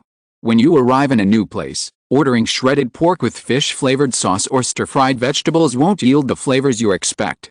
Different dietary habits lead to different cooking techniques. Ye Kai ordered shredded pork with fish-flavored sauce, vegetables, and stir-fried rice tofu. While the preparation and flavor differ from Sichuan cuisine, it was quite delicious. Rice tofu is a local delicacy in the Wuling Mountain region of Sichuan, Chongqing, Hubei, Hunan, and Guizhou. It's made by washing and soaking rice, then grinding it into paste, then adding alkali and boiling it until it cools to form a block of tofu. It can be enjoyed as a side dish, made into dishes like jiangao, cold cake, and cold shrimp, or stir-fried. Guizhou province is often used as a stir-fry dish and is a well-known local dish, which is why Ye Kai ordered it upon arriving in the province to see how it compares to what he's had before. Seeing Luo Zhangjiang eating first, Ye Kai asked, "How's it? Is it good?" "It has a strange texture, but it tastes okay." "What is this?" Luo Zhangjiang asked, then spooned a little more into his own bowl. "Rice tofu," Ye Kai replied. It seemed the young man had never tried this kind of thing before. What a shame. After all these years studying abroad, he'd missed out on so many delicious Chinese dishes. Ye Kai turned on the navigation, found the factory location, and said, "Is the road from here easy to get to? How about we go check it out after dinner?" "No," Luo Zhangjiang said, swallowing his food. "Don't think so. We can go tomorrow. The roads here are so bad. We'd have to be careful driving an off-road vehicle." The navigation said it would take an hour, but Luo Zhangjiang said there was no accommodation there, so the round trip would take 3 hours. Glancing at the sky, he knew it would be dark in an hour at most, so Ye Kai didn't mention going over to check it out. He finished his meal and went back to the guest house to rest. This town seemed to consist of just one street. The guest house has 3 floors, and behind it is the parking lot. It's quite large, rectangular, and resembles a slightly larger basketball court. In fact, if you look closely from upstairs, you can even see the traces of the court's 2-point and 3-point lines on the ground. Beyond the parking lot is a low vegetable garden, and further away is a small river that flows along the street. If you look closely, you can even make out a bridge in the distance. The choice of a city is often closely linked to water, both domestically and internationally. Within the boundaries of large rivers and lakes, where there's flat terrain, there are usually large cities. It's rare to find a city without a river. At least not in the cities Yukai has visited. Towns and villages are more common along small streams. Nowadays, due to the growing size of cities, rivers are no longer visible in some places. 100 years ago, rivers were often located in the heart of cities. After staying here for one night, Yukai was woken early the next morning by Luo Zhenggang. According to Yukai's schedule, waking up at 9 in the morning was considered quite early unless he was in a rush. Unless he had to catch a flight or grab tickets to a scenic spot, Yukai's phone alarm usually went off at 9. But Luo Zhenggang was different. He'd just graduated. He didn't like staying up late to watch TV or read online novels, and he still stuck to his school schedule. So he'd be up by 6 or 7 and wait for Yukai until 8. Seeing that Yukai still hadn't come looking for him, he knocked on the door. Yukai, particularly annoyed by people waking him up in his sleep, ruffled his hair, and called outside, "Wait a minute, I'll get changed and come find you." "Oh, sure, Brother Yi, hurry up." "Hey." He got up, washed his hair again, and grabbed a white shirt and black baseball cap from his suitcase. As he left, Yukai noticed the world outside was a watery color, the color of rain-soaked houses. It must have rained last night while Yukai was sound asleep. The rain came just in time, making the air outside much cooler. Summoning Luo Zhenggang, the two drove towards the marked point. After about an hour, the road became as difficult as Luo Zhenggang had predicted. This wasn't a provincial or county road, as there were no signposts. If the road surface, once damaged, could be repaired within a year, it would be considered a sign of quick action by the leadership. The cement road surface was riddled with collapses and cracks. Large trucks were naturally unfazed by the road, slowing down and making their way safely, while ordinary vehicles would have to find their way slowly. 2 hours later, they arrived. It was a roadside village, with a mountain on one side and a cliff on the other. It looked like the area was perched on the mountainside. To the right was the cliff, and a mountain road led downhill. At the end of this road was a village. The factory they wanted to see was actually just a red brick building. The name of the pig farm was on the outside, but there was no trace of the farm's stench. Yukai nodded to Luo Zhenggang and whispered, "There's a problem. I'll take a quick look around. You go start the car and wait for me." The house had been occupied recently. While not new, it was very clean. Furthermore, Yukai didn't smell the stench typical of a pig farm. Even if a normal household kept a pig, the area around the pig pen would stink. You couldn't teach a pig not to defecate or urinate anywhere. Yukai didn't dare bring a camera, but he kept his phone in video mode, ready to run away at any moment. He never knew when someone with a home might come after him. Behind the house was also forest, but a water trough had been built, keeping it a meter away from the mountain. Yukai didn't go inside, but simply stood by the side of the house and took a look. The water in the trough didn't smell bad, it was mostly rainwater from last night. Where the house met the mountain, there were many cobwebs, indicating that no one had passed behind it since it was built. And who would go to such a place? Finding nothing, Yukai circled back to the front. The main gate was an iron gate, locked with an iron chain. A layer of dust had accumulated on the gate, and the signs on both sides of the Hong Village 5-star pig farm were also covered with a layer of dust, turning everything black with a touch of a finger. Yukai had never studied criminal investigation, so he couldn't guess how long this place had been unmaintained. Glancing at the car, Yukai directly knocked on the door with the locked iron chain, knocking off a layer of dust, but still received no response. As he walked to the car, Yukai took off his hat, shook off the dust on it, knocked on the window of the cab, and asked, "Who was the boss here when you were here last time? Does anyone around know the boss here?" Chapter 225, Pig farms are not considered residential houses? The person who opened the door for us probably isn't from this area. His accent is different. I wasn't in charge at the time, I just followed along. Brother Yi, have you found anything? No, no one lives here. I'll go ask the locals. This is the intersection of the highway and the mountain road. There are 4 or 5 houses around. Yukai saw an elderly woman washing clothes. She didn't wash by hand, but first washed them in a drum washing machine, then rinsed them again and wrung them out by hand. It looked even cleaner than a fully automatic washing machine. Yukai asked the old lady on the road, "Sister, where is the owner of the pig farm over there? You're such a handsome guy. Do you have a girlfriend?" "Yes, I do." "Ah, that's a pity. It seems that the family you were looking for has left. I haven't seen them for a long time." "What are you looking for them for?" Yukai said casually, "We are from the Land and Resources Bureau. We are here to register the use of the house here." "Is that a pig farm over there? Why don't we smell any bad smell?" "From the Land and Resources Bureau." The old lady thought of something, walked closer to Yukai and asked, "Well, when can we get the money for the land?" "It's been several months." "What money for the land?" But the lie had already been told, so he had to continue. So he said, "We're not from your city. You should ask the local land bureau about this. We can't handle so many things." "That's it."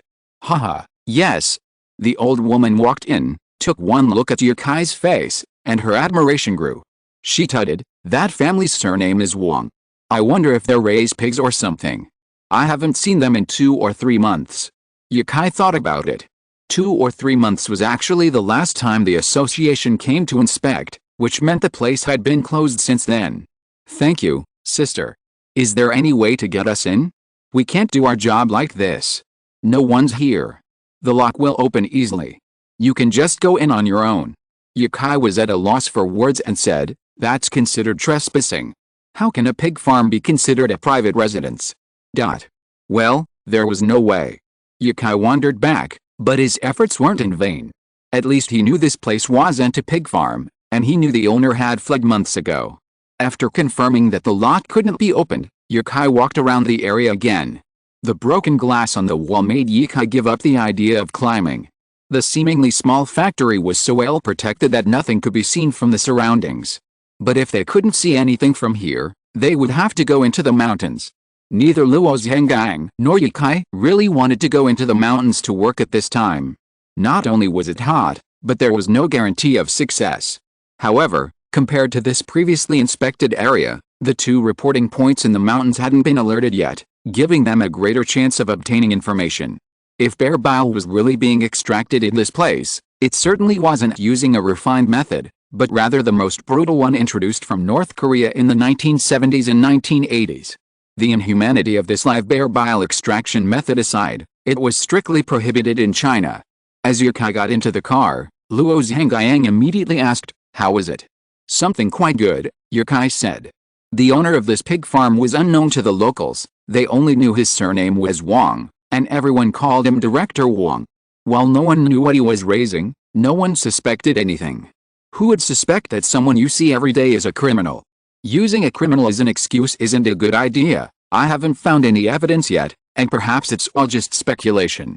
Yukai felt that the accuracy of this story was close to 80%. What's the catch? Yukai retrieved the camera from the back seat and said, "They used to keep some kind of animal here, but it wasn't just any livestock. Also, this family ran away since you last came." "Run away?" Luo Zhengyang said, a little incredulous. "Really? They were so coherent in front of us last time, I believed them. After all, if they get caught, they'll go to jail." They saw a restaurant along the way, and the 2, already starving, ate there. Once they were satisfied, they began to plan their next route. Luo Zhengyang said, "The other 2 points aren't in this county, so we probably won't be able to reach them tonight. But I haven't been to either place, so I don't know what they're like." "What's the point of having you? Sending an extra person like that would be better than going alone." Rachel had Luo Zhengyang accompany Yukai because he would be more effective in communicating with local officials, but Yukai felt it was best not to inform them. Some things were unexplainable, so he decided to let the young man accompany him. It would be nice to have someone to take the wheel when he got tired. After another day of traveling, they arrived at another destination just as the sun set. It was a county town, but still not as prosperous as the coastal areas. They would have to stay the night before continuing their journey tomorrow. Luo Zhengyang was studying in his room and didn't want to go out, so Yukai went out alone. The weather had been nice the past 2 days, the rain had cooled the heat. And being in a new place, Yukai felt an urge to explore. The city had an old town and a new town. The area they had seen when driving from the previous town was the old town, and the area they were staying in was the new town. They got in a taxi and said, "Driver, let's go to the old town." The old town might have other names, but calling it the old town was definitely the right name. It was used throughout the country. "Young man, you're from out of town, are you here for a trip?" "I guess so, haha." Yukai opened the window, holding his cap with his hand as he looked out the car window. Small cities have their advantages, people here aren't as busy as those in big cities. It's 6 o'clock, time for a walk after dinner. Compared to where Yukai lives, there are noticeably more young people out shopping here. Young women are jogging with their dogs, and some office workers are gathering at a street-side hot pot restaurant after get-off work. The 996 employees haven't even finished their shift yet. While the salaries aren't very high, in terms of happiness, the people here are probably much happier than the 996 employees. They have more time to control their own lives, rather than being completely overwhelmed by work. The old town has a very ancient town feel. Some doors are made of long wooden planks, 6 or 8 pieces forming the front, but the interior is decorated in a very modern style. Not exactly modern, really. It was renovated 20 years ago, and now it looks just like the buildings here, old-fashioned, but relatively modern. The style is not unified. The officials here obviously have no intention of developing this place. Instead, they want to demolish it and build new buildings. There are many ancient buildings across the country, but not all of them are worth developing. End of this chapter. Thank you very much for reaching the end. Don't forget to like. Looking for more exclusive content and immediate access? Subscribe to our Patreon. Remember, every like, subscription, or donation encourages us to continue. Thanks to everyone. See you in the next video.